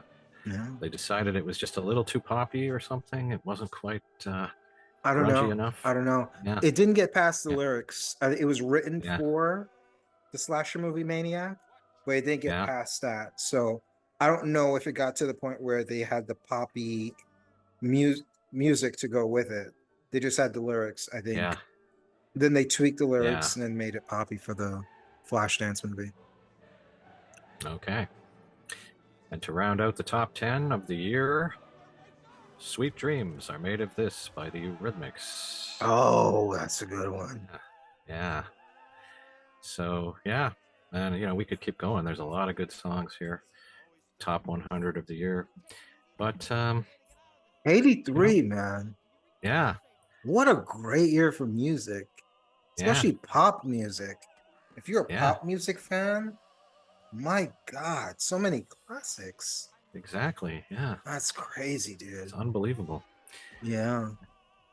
Just to throw out a couple of other things, in the year 1983, the TV show The A-Team premiered with our good friend Mr. T. Mr. T. Who we pity the love fool. so much. So that show started. Sadly, Laverne and Shirley ended the long-running sitcom. That felt like such a 70s show. I'm surprised they made it that far into the 80s. Yeah, it did, really did, yeah. And of course, Thriller, the Michael Jackson album, goes number one and stays at number one for 37 weeks that year. So 37 weeks at number one. Right. That It's is one that of the is amazing. rare albums where it feels like a greatest hits, but it's not a greatest hits. It's just a Yeah, regular album. yeah, yeah. Almost everything on it was a hit. Um, and also in February of this year, the final episode of MASH aired. The 2 hour special episode, Goodbye, Farewell, and Amen. Mm. 125 million people watched that in the U.S. alone. Yeah. It may still hold the record for the most watched show. I Well, know it's right people up thought, there because yeah, technology's changed, you know? yeah. So, I know people thought Seinfeld might beat it, but it didn't. mhm. So, yeah, interesting. It's a But technology thing. It doesn't really, it's not a real indication of if something else was more popular after MASH, you know? yeah, yeah. And this is kind of a bit of an in joke or an in fact here, but on March the 6th in New Just so, Bedford, just for context, when I say technology, more channels, more options yes, to watch yeah, things. So, but go ahead. absolutely. Yeah, so on March the 6th in New Bedford, Massachusetts, a woman charges that she was sexually assaulted on top of a pool table. Now, this sounds a lot like that movie we were talking The about, accused The Accused. I wonder if this is the true story that could be inspired The because Accused. the accused was in a bar on top of a, Yeah, or like yeah, either on top of a pool table or like by a jukebox machine or something. yeah, something like that. So I haven't tried to find out if that's actually their true story, but it just struck me as, whoa, we were just talking about this movie, Well, and so that may be the true incident that sparked that movie. But this is also quite mind blowing. On March 23rd, President Ronald Reagan introduced his Strategic Defense Initiative, which was referred to as Star Wars. Right? He called that Star Wars. So the very year, isn't he the idiot that thought there was a war room after he saw um what was that movie? Uh Doctor Strangelove, Doctor or Strangelove? yeah, There was somebody that maybe, thought there was an actual war room after they saw Doctor Strangelove. We'll go ahead with maybe, the Star Wars thing. yeah. Well, I just think it's here we are. The Star Wars trilogy is finally coming to fruition, and that very same year, just 2 months before, Ronald Reagan introduces his Star Wars defense system, which Mm, was much talked about for a long time. yeah, So, how appropriate. yeah. I know we haven't talked about the movie in a while. Yeah, I yeah, can't I stand know. these fucking Ewoks, dude. Yeah, yeah, I Anything I know. would have said about the movie during this time, we're talking about the music that came out around the time of this movie, would have all Yeah, been negative. I yeah, hate this. Dude, I hate these Ewoks with a fucking passion. yeah. I fucking hate them. I don't care if I get demonetized. I fucking hate them. Just Oh so man. stupid. Yeah. Well, you're not alone. A lot of people really disliked the Ewoks and thought they were just a deliberate marketing idea. Let's have these cute little toys that we can sell. Um, yeah, It I mean, kills the tone of the film. yeah, It just turns it into like a little, a kid's film. I know it's a movie catered for kids, but you can still have a movie that caters for kids, but that can still keep the attention of teenagers and adults, young adults, older adults. This doesn't do any of that. This is yeah, kids only at this point. It's like Teletubbies. yeah, Nobody wants to see this shit. Nobody above like 8 years old wants to see this shit. It's yeah. so bad. It's such a terrible choice. Apparently, originally they were supposed to be Wookiees. This was going to be the home planet of Chewbacca, but for some reason they decided they couldn't do that. Something to do with Chewbacca becoming a co-pilot or something. I don't know. I didn't quite follow what they were saying, but they felt they Well, couldn't be Wookiees. it's cheaper to get little people than it is to get big people. I Probably more. suppose. You can probably get more little people. If you can't get little people, you get kids. How Yeah, many actors can you get that are 7 feet tall or yeah, taller or whatever? yeah. That's true. That That's true. probably has nothing to do with it. I'm just Yeah. Yeah. spitballing. But do you think it would have been better if they were Wookiees? Would that have been less annoying to I you? think anything would have been better. I think a black screen for like 50 minutes would have been better than this. Yeah, essentially anything. Well, fair enough. I just want to note here that the Ewoks seem to view C-3PO as some sort of godlike figure, which is a plot device that I think we talked about when we looked at Tropic Thunder and that Simple Jack character who suddenly becomes this big deal to the whatever they were, the people living deep in the jungle. The slow Um, natives, yeah. So yeah, this is slow-witted exactly natives. this is the kind of movie I was thinking of that they use this kind of device. I couldn't remember. I didn't actually remember it happened in here, but this is an example of it where one of our main characters is suddenly treated like a god in a more primitive I mean, it society. happens all the time, Yeah. even with different tones in different movies.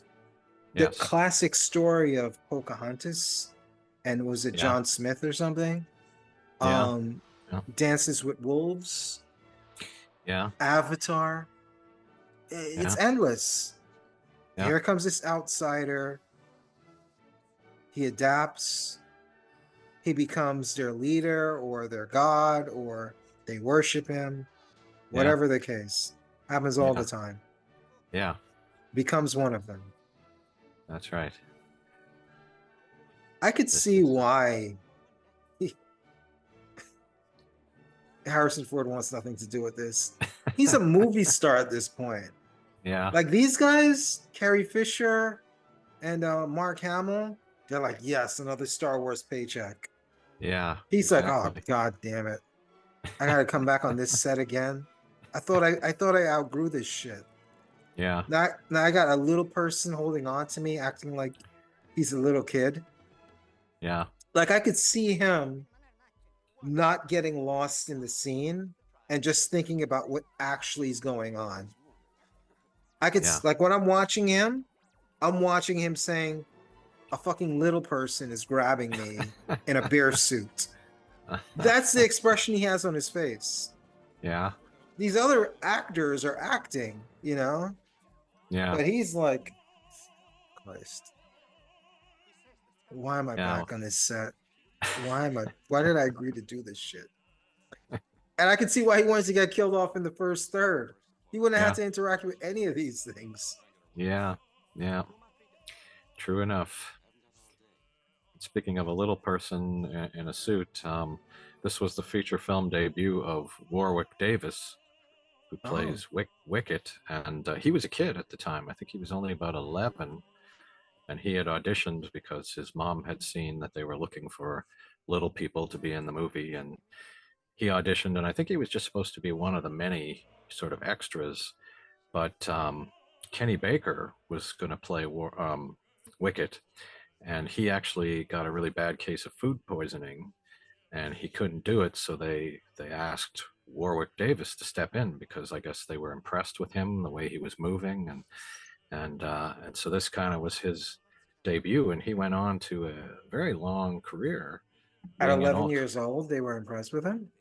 They were, yeah. He claims he was thinking about his dog, and he was doing things that his dog would do, like turning his head in certain ways, and I guess he was just Well, finding. I was trying to set something up there. Oh, were you? Oh, sorry. Yeah. Try it I again. don't, Try it again. I'll do at better. 11 years old, Yes. maybe that's because the other people in the roles were adults and they were ashamed to act like fucking Wookiees. An 11-year-old kid is probably the right age to take this shit seriously. These guys are Yeah. probably like smoking cigarettes and like, oh fuck, gotta do this shit again. Yeah, it's like there's got to be a better way to earn a living. I'm a fucking Yeah. little person. I got arthritis. I could barely walk.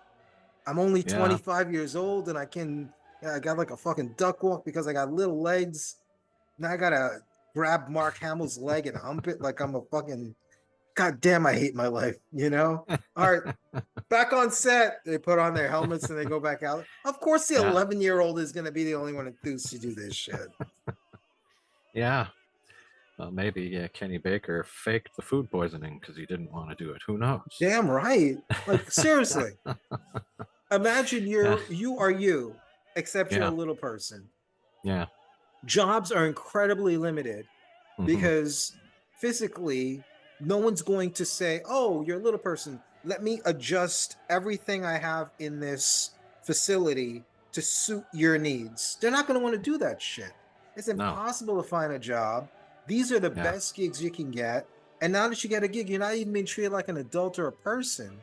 yeah. You got to put on a beer suit and hump Mark Hamill's leg. I mean, how enthused are you going to be about doing that? For God knows how little pay they're actually getting. Yeah, Scale, $100 a day, maybe. yeah. Who knows? Yeah. Yeah, yeah. Well, that's a good point. But Warwick Davis, he went on to do a lot, including he's maybe best known as the Leprechaun in all those Leprechaun movies, those horror movies. Do you remember those? Leprechaun. Leprechaun in Space, Leprechaun Yeah, in the Hood. yeah, that's right. The He's first in it. Leprechaun movie had Jennifer Aniston in it too. Yeah, Yeah, I'm that's very right. familiar Yeah, with those movies. Yeah, yeah. yeah. So he's in several of them. I don't know if he's in all of them, but he definitely is in several. So Um, I had bootleg cable at the time. yeah, Leprechaun in the Hood came out, so I saw some of it just because it was free. yeah, yeah. God damn, it was a bad movie. It was so bad. Yeah. Oh, and he's definitely in that one. Leprechaun Yeah, 5 in the Hood. yeah. Yeah. I think Um, Space came after Hood. I think. yeah, it could be. Oh, and there's Leprechaun 6 Back to the Hood. Um, he's in that one. But so he had a pretty good run with the I Leprechaun think he movies. raps in it too. Yeah, that sounds right. Yeah, I can Yeah. believe that. It was just But, it's almost as bad as this. yeah, Almost. but he also Warwick. He starred in Willow, which was another movie George Lucas would produce in 1988. That was like a He had, Star Wars ripoff, wasn't it?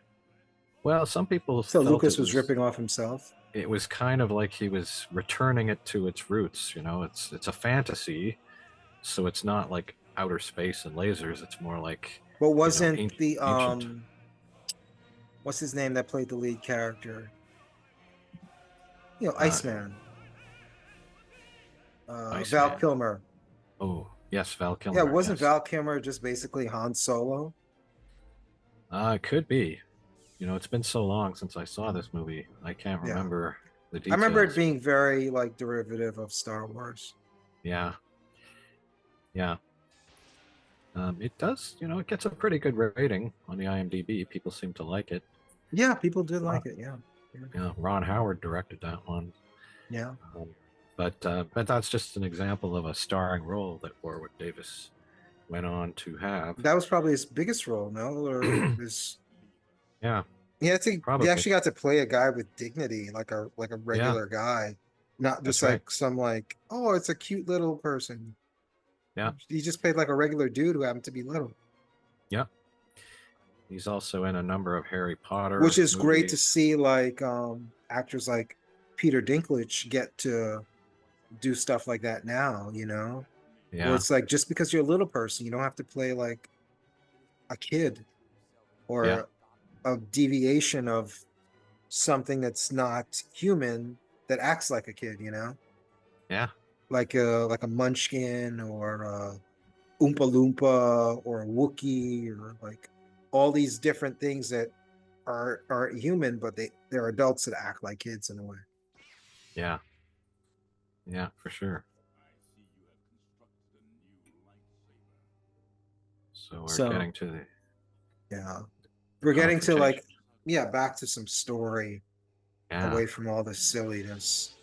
yes. Luke I mean, it's not a Skywalker. bad movie. It's just that Yeah, it has a bad section of the movie. yeah. Well, you know, that's definitely one of the points that people feel very strongly about. A lot of Yeah. people agree with you and they hate it. Other people actually love it, you know.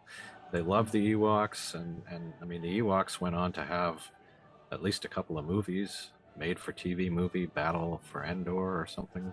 I'm Um, sure those movies made tens and tens of dollars. I'm sure. undoubtedly, but yeah, definitely one of the points on which people are divided in regard to this film. But yeah, this stuff here with Luke confronting his father, this is where it kind of gets interesting, I think. Yeah. But this is kind of that Dune thing where it's like the lead character, or it's not Dune, Neo, whatever, where the lead character is like super powerful and All, he's almost conceding, like, yeah, yeah, I'm only here because I choose to be here. You know, yeah, I'm no longer scared of you. I can beat you. And they start talking all monotone. yeah, I guess I don't know. I don't know why talking monotone is a way of showing like you're at this other level of power in movies, yeah, or intelligence. It's like now I have no emotion because I'm super powerful or I'm super intelligent or yeah. whatever. It's You're lame. above. You're above that. You're above human emotions. Yeah. Yeah. Yeah, yeah.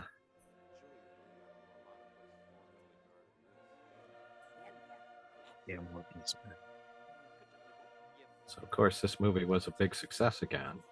Of course, yeah. Made over 400 million worldwide, I believe, and yeah, did very very well. How much did it make in comparison to the others? I'm sure it had to make less, a lot less, no? Yeah, well, I mean, Star Wars, the original, is still like one of the top movies of all time, and I think both Empire and uh, Return of the Jedi are further down the list. They're not quite as big as that.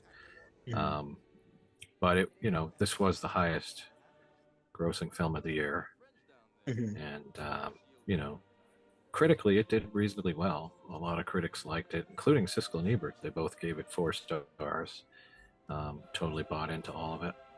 Mhm. Um, but other critics somewhat less impressed, I guess, with things like the Ewoks and the obvious, well, what they felt was simply marketing of toys going on here.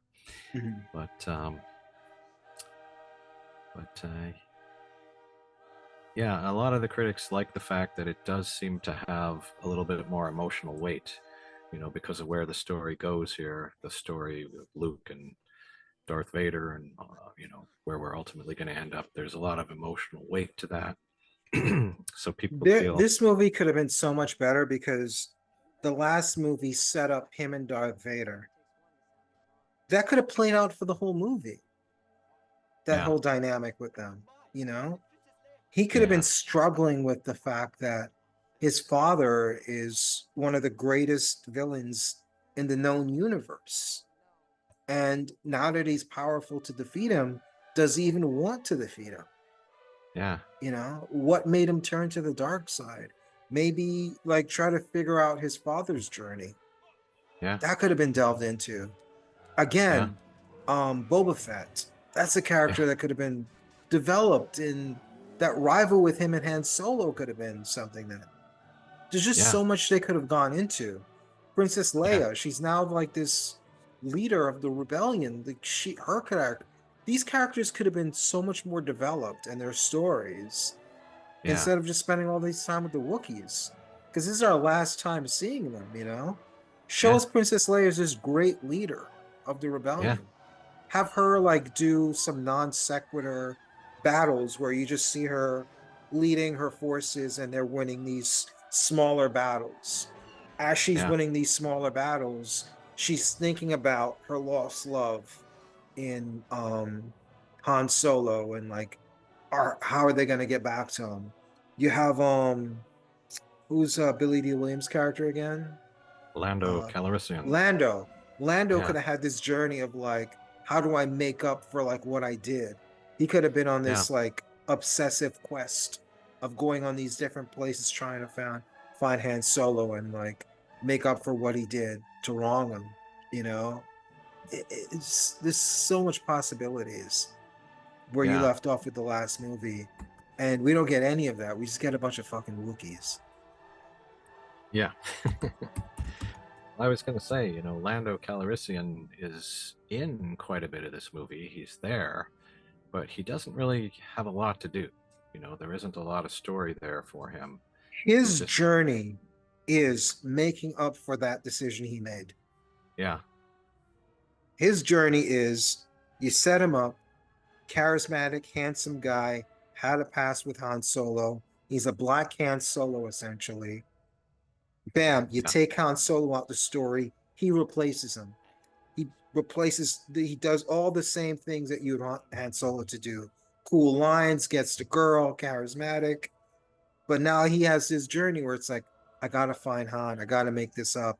I gotta he has his journey that we could have been following, you know. yeah, He could have led those fish people around, you know. I don't know. yeah, yeah. Again, the Emperor here. I didn't quite know what to make of the Emperor when I was a kid. I was just surprised. I always thought of Darth Vader, and I thought Darth Vader was super cool. I really liked Darth Vader, even though Mhm. he was a bad guy. But this guy I didn't really like. I didn't think he was cool. I don't know what it is about him. He almost feels more old-fashioned or something, like he's some kind of a wizard or something. We're eventually going to see, you know, things coming out of his hands, sparks and flames or whatever. It just feels a little bit more like fantasy as opposed to the rest of this movie in a way. Yeah. You know, it would have been great if he was No. like a Mum-Ra type character. Oh, yeah. He's like, "Wah!" And he just like breaks out into like this big muscular monster like Mum-Ra. Ancient spirits of the dark side, transform this decaying body into the Emperor. Yeah. Yeah. No, but I get what you're saying. Like it's more of a suspension of disbelief that this guy is the main baddie. Yeah. You know, it's less of a suspension of disbelief that Darth Vader is, because Yeah. Darth Vader is physically imposing, and we Yeah. followed his journey. Now we got this Yeah. shrivel up old guy, and Yeah. he's the leader. You know. That's right. Yeah. Now, here's an interesting thing, too. Like, both Luke and Leia are supposedly the children of Darth Vader, but he's like 2 feet taller than them. They're both really short compared to him. But I guess that's sort of typical when you cast children. You want shorter actors, and Uh, the adult is you know, I didn't taller. really think about her height. Yeah, That's a good point. I always thought about like Mark Hamill being kind of short, but you're right. She is yeah, short too. Yeah. yeah. So he had very short kids, apparently. Yeah. Maybe he smoked too much or something. Yeah, maybe. Stunt their growth. Yeah, But that's a good point though. It's like, yeah, not making the basketball team. yes.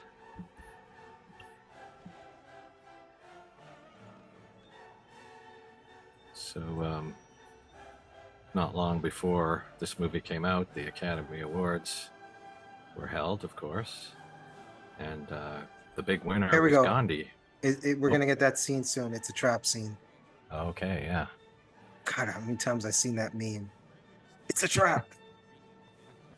But go ahead. What are you saying about Gandhi? Gandhi was the big winner uh, at the 55th Academy Awards on April 11th, 1983. So just like a month and a half before this movie opened. Gandhi, Best A movie that Picture. hasn't aged well. I don't see a lot of people talking about Gandhi. I've never seen Gandhi, like even I've after seen all it. this time. Yeah? Was it Yeah. worth watching? Yeah. They had Yeah. one good scene where Yeah. Gandhi, I think Gandhi was played by a white guy though, right? Yeah, well, What's his name? Ben Ben Kingsley. Kingsley, yeah. Yeah. But the best scene in the movie it's kind of like rendered. There we go. It's a drop. It's a trap. It's so underwhelming that I just see it. Yeah. But the best scene in Gandhi was kind of like superseded by the fact that it's a white guy playing him, where Uh-huh. Gandhi has this white friend. He's saying, "I'll help you." He was like, "No, like I'd rather like I'm paraphrasing, but I'd rather like try and fail on my own Yeah. and have me and my people do this rather than having some white savior come and save us, you know?" And then Right. Gandhi was played by a white guy. So it was like, what's the point? Yeah. You know? So, Yeah. Yeah. but it was I don't know. I'm not doing the scene justice, but essentially he's turning down a good friend Yeah. because he it's the right way to do it is for them to do it on their own, where their Yeah. friend just wanted to help. And it was kind of a powerful scene, but again, knowing that like it's not an Indian person playing the part kind Yeah. of like defeats the Yeah. I can meaning of see the that. scene, you know? Yeah.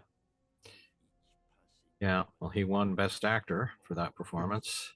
Mhm. And Best Actress was Meryl Streep for Sophie's Choice. Mm. So this was Sophie's a, Choice is a movie that gets talked about as one of yeah. the greatest movies of all time. I don't know a single person that's seen Sophie's Choice. Everyone knows Sophie's Choice, Take My Yeah. Son, Yeah. but I don't know a single person that's seen a second of that movie. But AFI Yeah. is right there in the top 100. Oh, really? All-time great movie. Yeah. I don't know anyone who's seen it or talks about it. Well, I have not seen it, so I'm not going to change your experience I mean, there. Yeah. it does. I mean, it's a powerful story. Yeah. I mean, conceptually, it's like, choose one, take my son. That's some crazy shit, but Yeah. I've never seen the movie. I don't know who has. Yeah. That's interesting. Um, Here we go. The Snowwalkers, you called it? yeah, that's what we used to call them. The Uh, R141 D596, whatever it's called. um, yeah. But there's no snow here. So how No, could I it be a know. Snowwalker? I think they actually called them AT-ATs. AT-AT. AT-ATs, that's what they're called. Yeah, Not AT-ATs. AT-ATs. Not AT-ATs. AT-ATs. It's AT-ATs. Yeah, all-terrain armored transport is what it stands for. No, I think like in Star Wars lore, it's called AT-ATs. I Well, don't it think could they be. pronounce it. They It just could say the be. letters. Yeah, it could be. But we called them snowwalkers back in the day. But of course, yeah, there's no snow here. Um, but Yeah, because you're from fucking Canada. There's snow everywhere. yeah. And then there's the ATST Walker, which Which one's might that? act. That might be the smaller one there, the one that we're looking at right now. I think that's the Oh, ATST. The bigger one is the ATAT, oh, which okay. I think we did see one in here somewhere. But this is the smaller one, ATST Walker. Well, not as imposing as its larger ATAT Walker cousin. The ATST nonetheless served as a significant addition to the Imperial side of battlefields in the Galactic Civil War. Yeah, they don't. I don't know. It's stupid. And all Stupid. this high tech weaponry is defeated by rocks and sticks, and this is not really how things played out in the real world, unfortunately. No. Are you kidding? They'd be Yeah, like cut to shreds with those laser guns. yeah, They'd be like fur and blood everywhere. yeah. That might not have sold as many toys, though, if we saw these No. burning bodies of, you know, Imagine if imagine if this was real. yeah. Honestly, you got these Oh, guys yeah, with armor and laser yeah, guns yeah, against these little teddy bears with yeah, rocks. exactly. Yeah. I It don't this think would it be would a have, slaughter. It'd be yeah, a massacre. yeah. What's the name of this planet? Oh, what is the name of this planet? Whatever the name of this planet. It'd be Massacre on Blank Planet. Yeah. Endor. Endor. This Yeah. is Endor. It'd be Yeah. Massacre and Endor. Yeah. Totally. This reminds me that one of the big plot devices here is that they're building another Death Star, which I is know, not right? complete. It's like, Which, they strikes ran me of as ideas by the third movie. They've already run out of yeah. ideas. Well, this makes me think, because George Lucas always claims that he wrote the entire story and it was too long.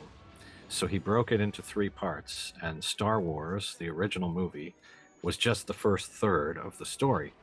But it always feels very complete. We destroy the Death Star at the end of the movie. It feels like it's done. And here we are at the third movie.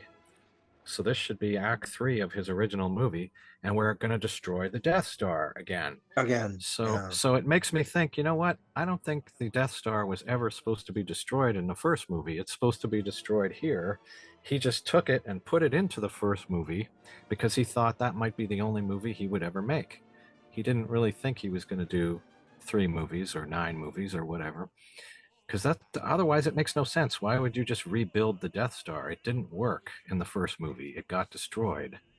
Why would you think, let's invest all this time and money into building another one and just have the same thing happen again? Well, Doesn't I mean, you can't really have the Death Star for all the movies because then it's going to be like, why didn't they just use the Death Star? yeah, It's kind of like why writers don't like writing Superman comics or movies because yeah, like, but wait a minute, he's Superman. He'll just the problem's over in like 2 seconds. It's faster than a yeah, speeding bullet. It's faster than the speed of light. yeah, It's like he's too yeah, powerful. The yeah, Death Star is just too powerful. they It's would like have had to we don't know where they are, but we know what planet they're on. Good enough. Let's just start yes. blowing up planets until we figure Yeah, out which. exactly. Yeah, I think they would have had to slow it down, and maybe they're just constructing the Maybe Death destroy Star. the weapon, the main weapon or something that destroys planets. But you're Yeah, right, completely destroying the whole Death Star. You're right. It makes no yeah, sense. It's either yeah, that or if that was the intention, by the time they got to part three, they ran out of ideas.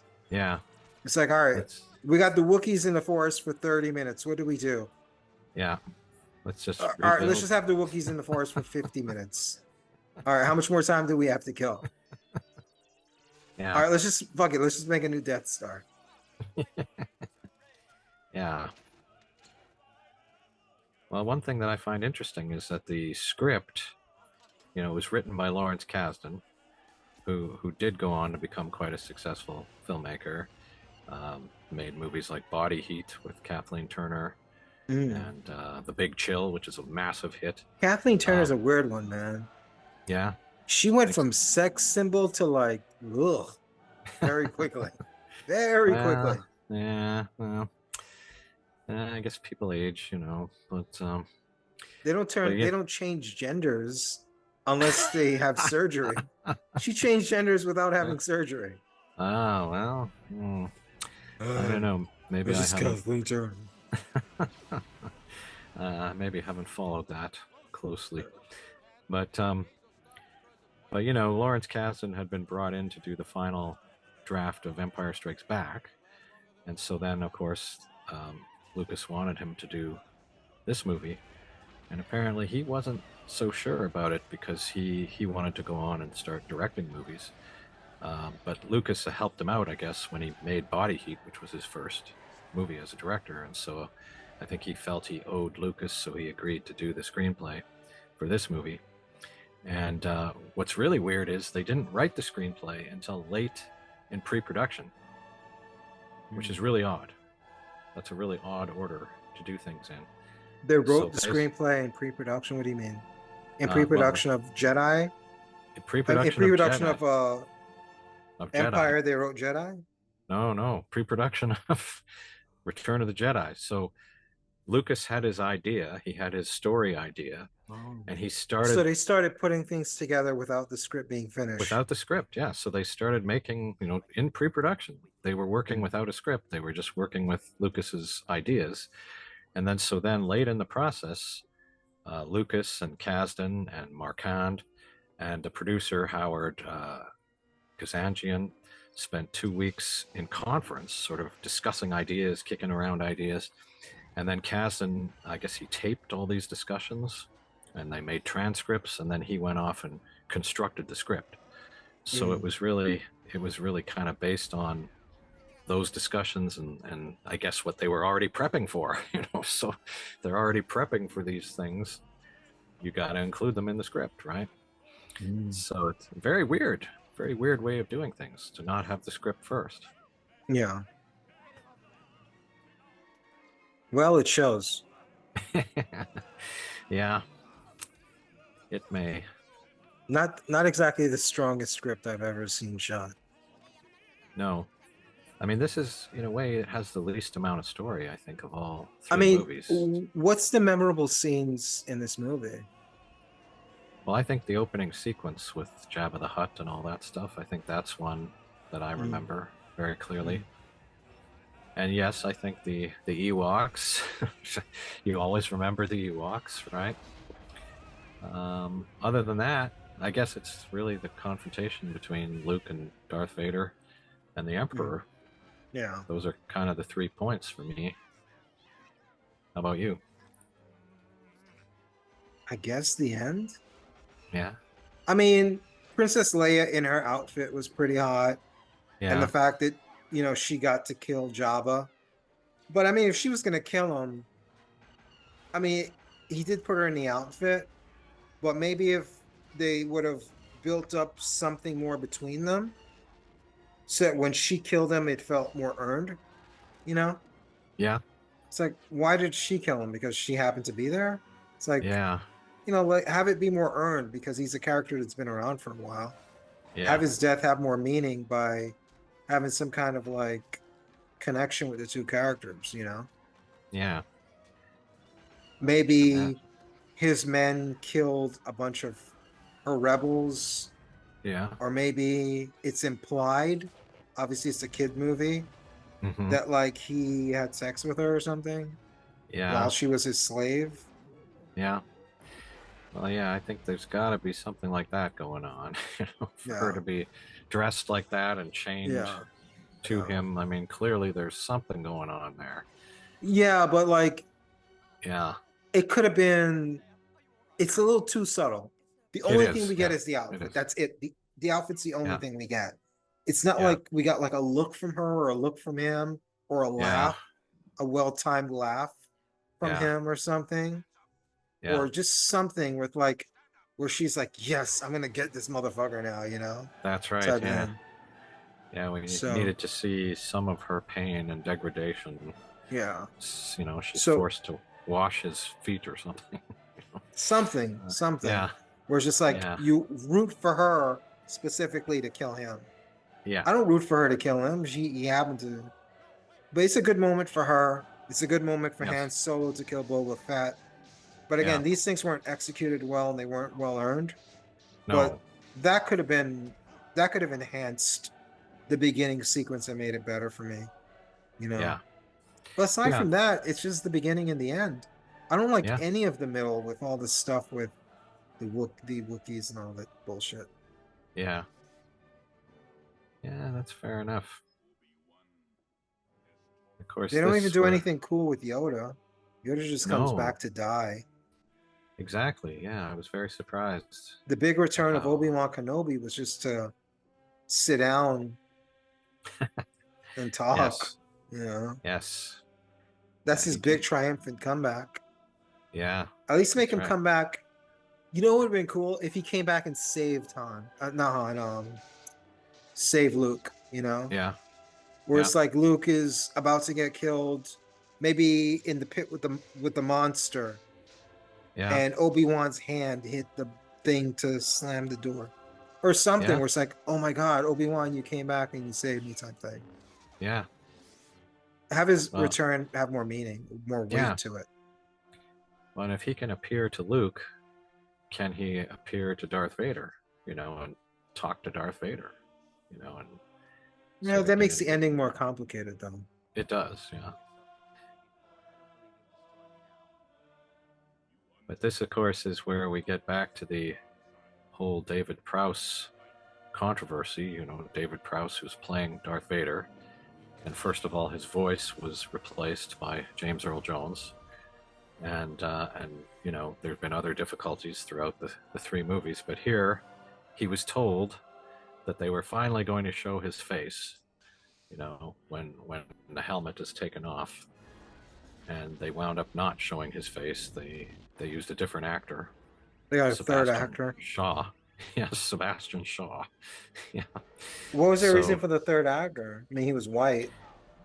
I mean, like, um, well, what I don't know. was? I think you suggested it might have been an age thing, like maybe they needed him to look Yeah, older now or something.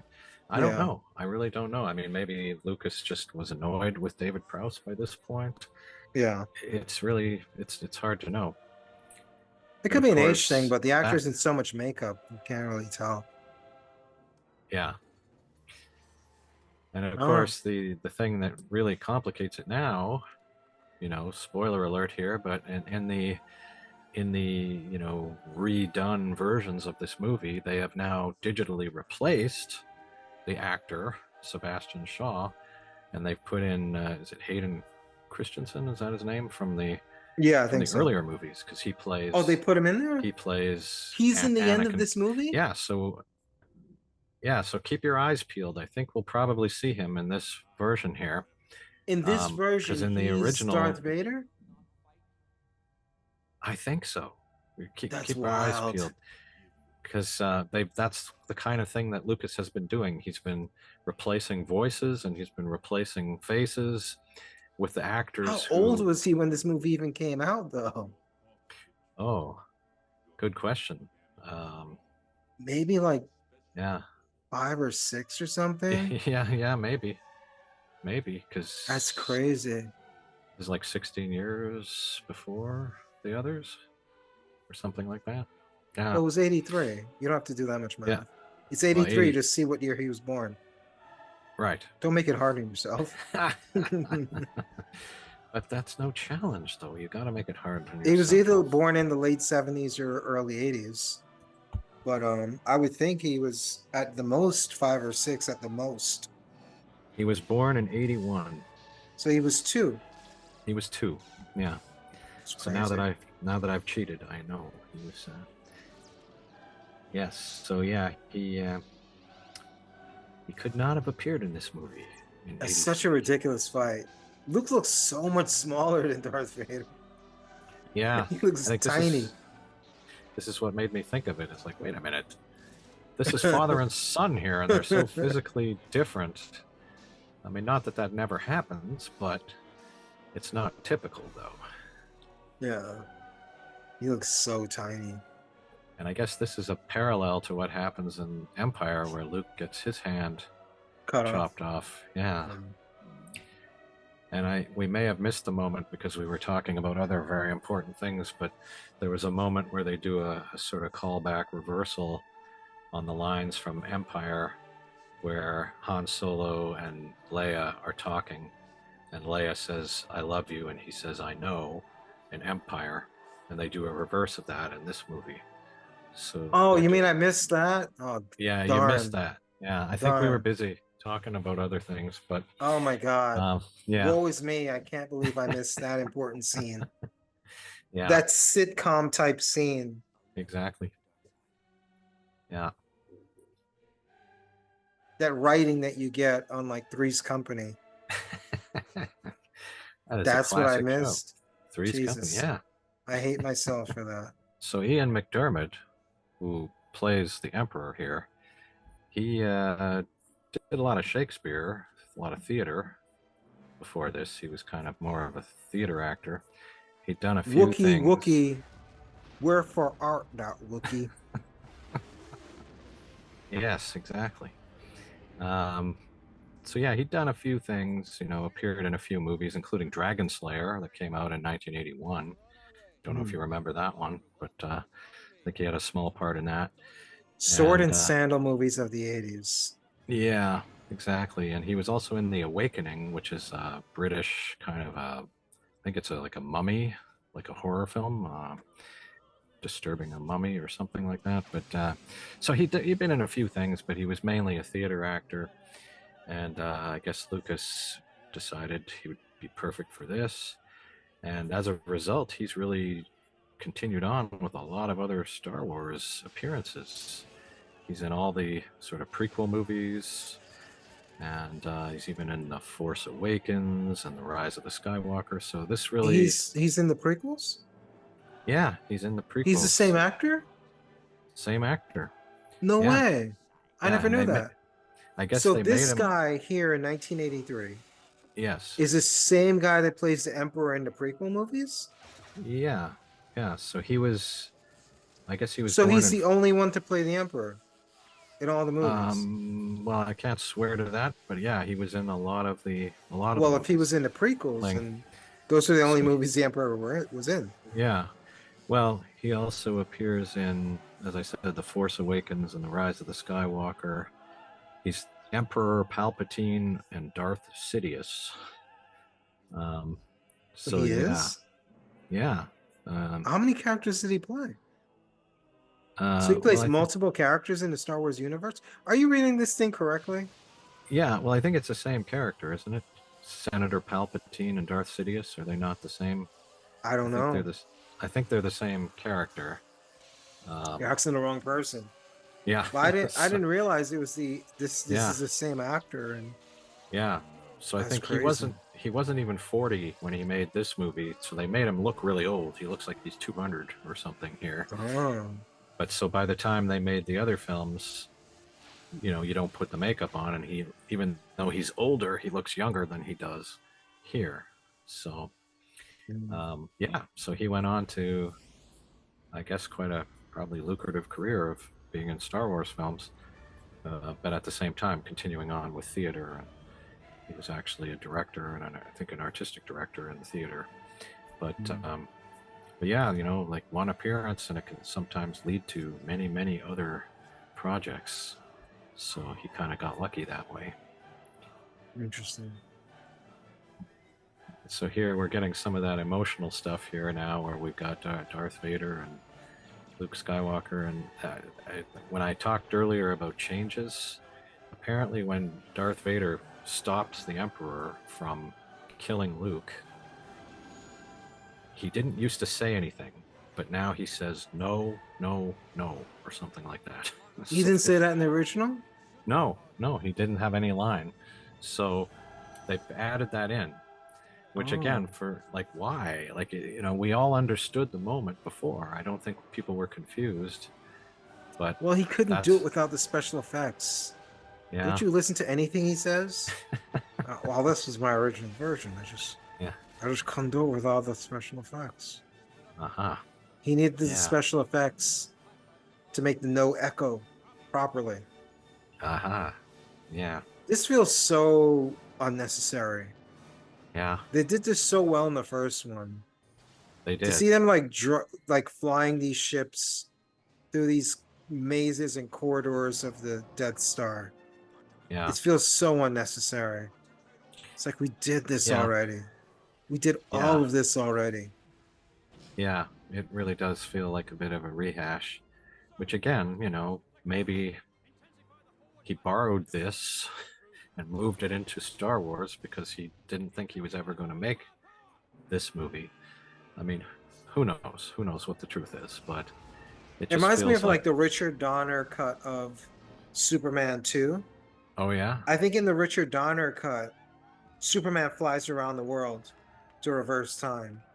oh yes, But he does that in part two in the Richard Donner cut. yeah, But he also does in part one.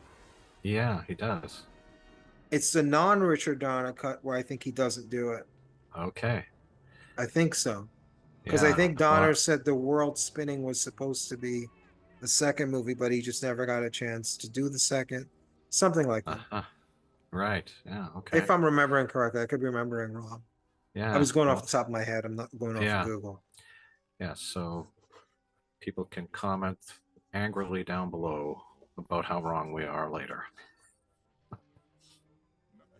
or not. Or not. Hey, I'm not. I don't hate my fans. No, All three of them. They can say what they want. that's right. That's right. God knows we make mistakes all the time, and here we're starting to get into this removing of the helmet.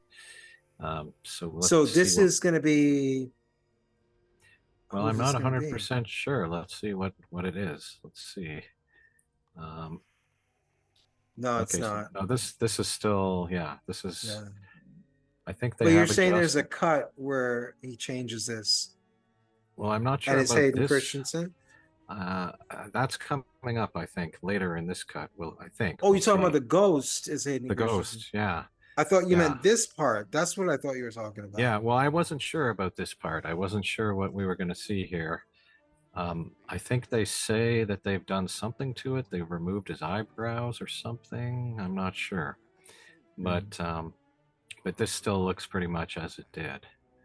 Mm. So, but Okay. When you were when, saying that, I thought this is yeah, what you were talking about. yeah, and I wasn't sure whether this was going to also be obviously Hayden Christensen, but I think we will see Hayden Christensen in ghost form. So this is where This the emotional. this never got to me. This never No, got to me. Did it ever get to you? um, I think it did a little bit. I think a little bit, but somebody I know was saying that their son, who was too young for these movies, he watched the Star Wars movies sort of in order. So, part one, two, three, and then he got to these original movies, four, five, Hmm. six.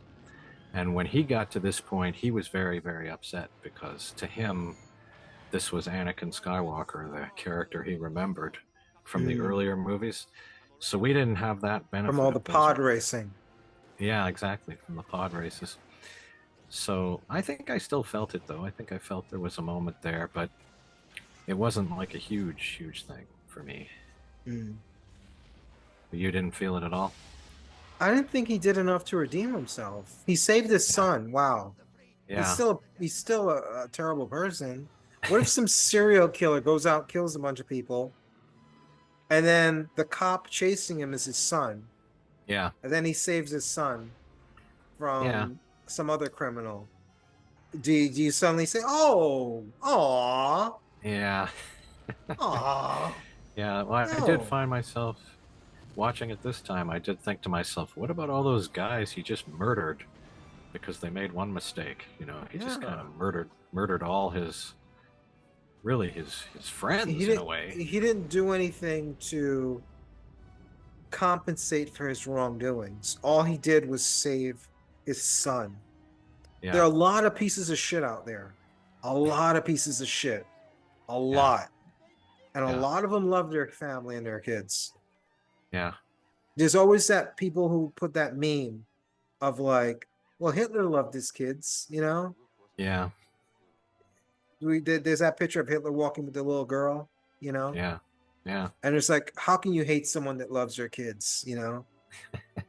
It's like Yeah. everyone loves their kid. I mean, not everyone loves their kid, but there's a lot of bad people that love their Yeah. kids. That's not enough to be a redemption arc.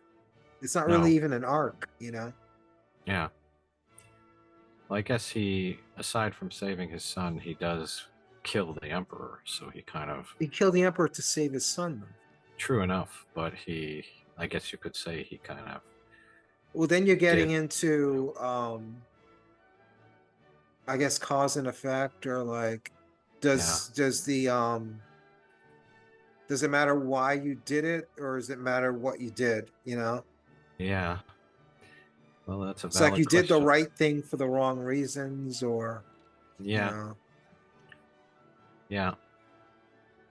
And I guess earlier on in the story, we get the sense that he wants to maybe betray the emperor and take over with the help of his son. So, And be evil though. and be evil. Yeah. Yeah. So yeah, I mean, killing the emperor, that may have always been his plan in some way. But Because I mean, Stalin and Hitler didn't like each other, right? Did it make no, either one of them good? no. Huh. We must be getting close here to the moment where we will see More Wookiees. perhaps more Ewoks, but also Hayden Christensen. maybe Hayden Christensen. Let's Yeah, keep our eyes. I remember him being here. Yeah. It's not a big So buildup. I knew he was here. Is you yeah, made me thought he was going to be in the mask revealing scene. yeah. Well, I that's always again. remember him being here from the Yeah, 90s or yeah, whenever this was redone. I remember him being here as a yeah. ghost at the I end. think this was done later because these sort of special editions that came out in the 90s, that was before they made the first three movies. Mm. So I he don't know. hadn't yet. Whenever it was that I saw Yeah, the first time I saw the remade version, yeah, I didn't see it in theaters, so it could have been maybe I saw the second alteration yeah. or the Could third be. or fourth. I don't know. It could be. But the Yeah, first time I personally saw this cut, it yeah. was with Hayden Christensen at the end. Sure. Yeah. I only saw two versions: the untouched version, the original version, and the Yeah. version with Hayden Christensen at the end. Okay. But from what you're saying, there have been like 5 or 6 versions. Yeah, there was like an in-between version where they didn't have Hayden Christensen yet, so they just went with what they had, I guess. That version I But did then, not see. yeah, and who knows? There might be three more versions coming in the future whenever they re-release this again. I think they re-released it last year. Yeah, yeah, Yeah. and Lucas may forever. Well, I guess he's out of it now, isn't he? He sold his company to Disney.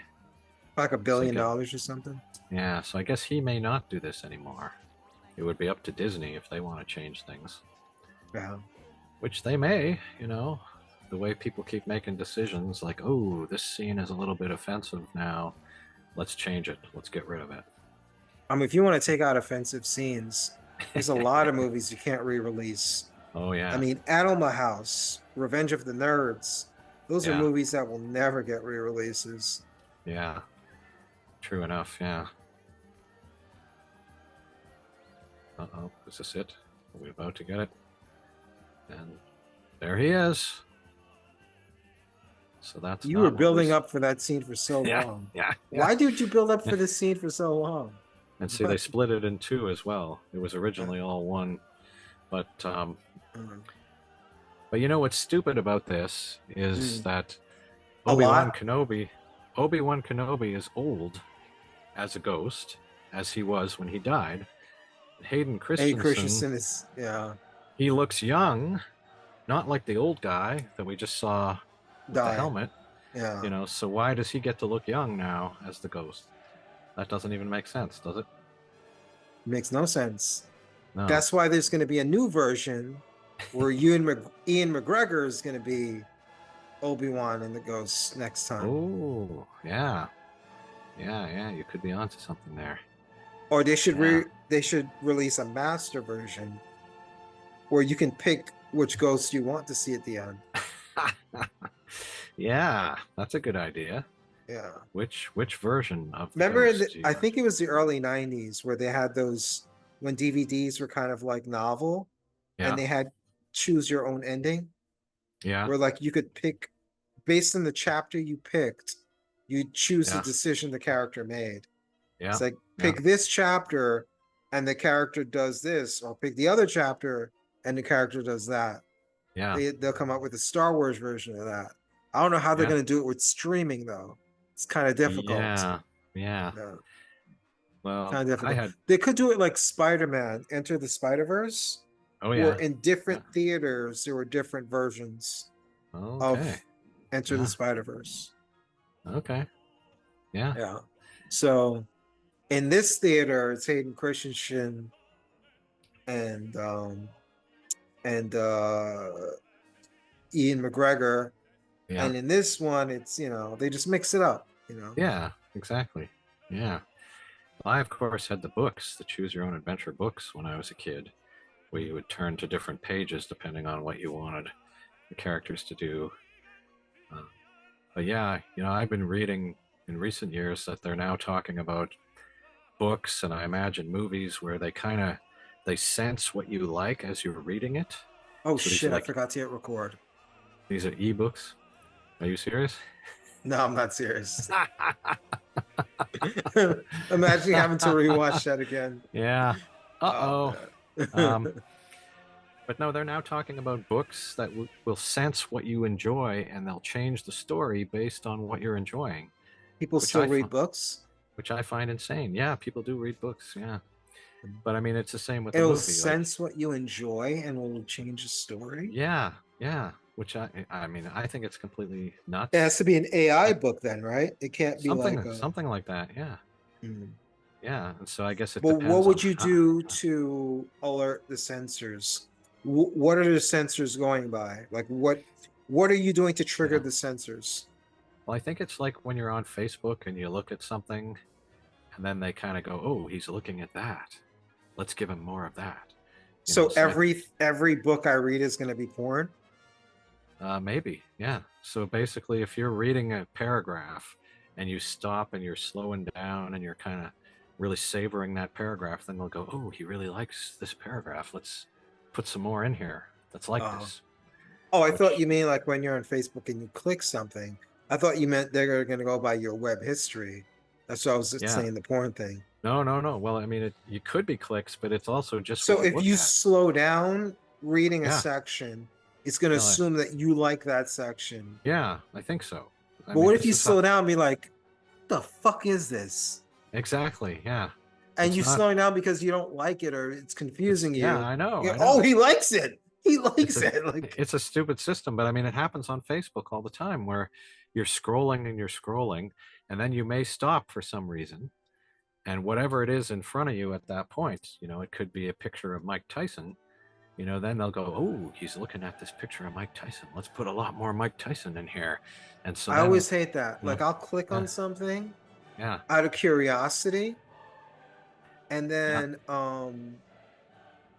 bam, I get a bunch of videos recommending me for that. Anything yeah, close to it. It's like, exactly, fuck. It exactly, happens on Twitter. It happens on, I don't go on Facebook. It happens on YouTube. yeah, Like on Twitter, I'll just like, oh, this person's trending. Let me click on this person. They're yeah, trending for that. I don't give a fuck about that. But now I have that yes, in my timeline I under know, my yeah, recommended for you is filled with it. yeah. Like, oh shit. Yeah, I know. And I mean it's stupid like, if you send an email to somebody, whatever you're talking about in that email, you may suddenly see ads for that when you're scrolling through Facebook or Twitter or somewhere. It's like, yeah, there's a lot of bad stuff going on, I think. Essentially Yeah. spying on us. But Yeah. that's the world we're living in now. But enough about Star Wars. Let's wrap up this Star Wars. So yeah, so this movie, I don't know. I mean, I still find it to be an entertaining movie, but I think it's probably the weakest of the first three. Oh, it's Um, definitely the weakest of the first three by yeah, a lot. yeah, So when I rewatched this a few years ago, I watched all three fairly close to each other, and it yeah. felt like one long story. Oh, I didn't yeah, really see a huge difference between any of them. But yeah, now that I rewatched it with more space in between them, you do notice the difference. So I find that a lot with trilogies or a series of movies, the hmm, less of a gap you give between the movies, the more it feels like a long story. The more of yeah, a gap you give between the movies, the more you can judge the movies individually. So the yeah, last time I watched this, I was like, why do people hate the third one so much? It feels like one long story. But yeah, now with the gap, where we're doing this like once every few weeks, we're watching one of these movies, the yeah, difference is stark. The third one is a huge drop off. And I think the first one's a little underrated. It's yeah, at least as good, if not better, than Return of than the Empire. yeah. Yeah, I agree. I think the first one is great. I think the second one's great. And I think this one is still good. I still enjoy it, but it's not quite as good as the first two. I'm not as angry about the Ewoks as you are, so Yeah. I don't hate it quite as much, but I do think it is the weakest of the three. Mm. But still worth a watch though. Yeah. Let's not be hypocrites again by talking about the movie after it's completely finished, credits and all. Yeah, We had plenty of time to talk about the movie. We had we two did. hours and 15 minutes to talk about the movie. So let's Yes. not do it now that the movie's over. All right. Thanks for watching, guys. Hope you tolerated us talking about other stuff. Hopefully, you're still entertained. If you made it this far, in the comments, use the code word fire chocolate ice cream. Fire chocolate ice cream. That sounds delicious. Fire, FRE, fire like a fire, chocolate ice cream. Use those three keywords, and we know you made it to the end. Awesome. But I This is Angus feel Combs. I might just be talking to you. We might just be talking to ourselves at this point. We may well be. We may well be. This is Angus Combe for Sean Weathers. We'd like to thank you for listening. Class dismissed.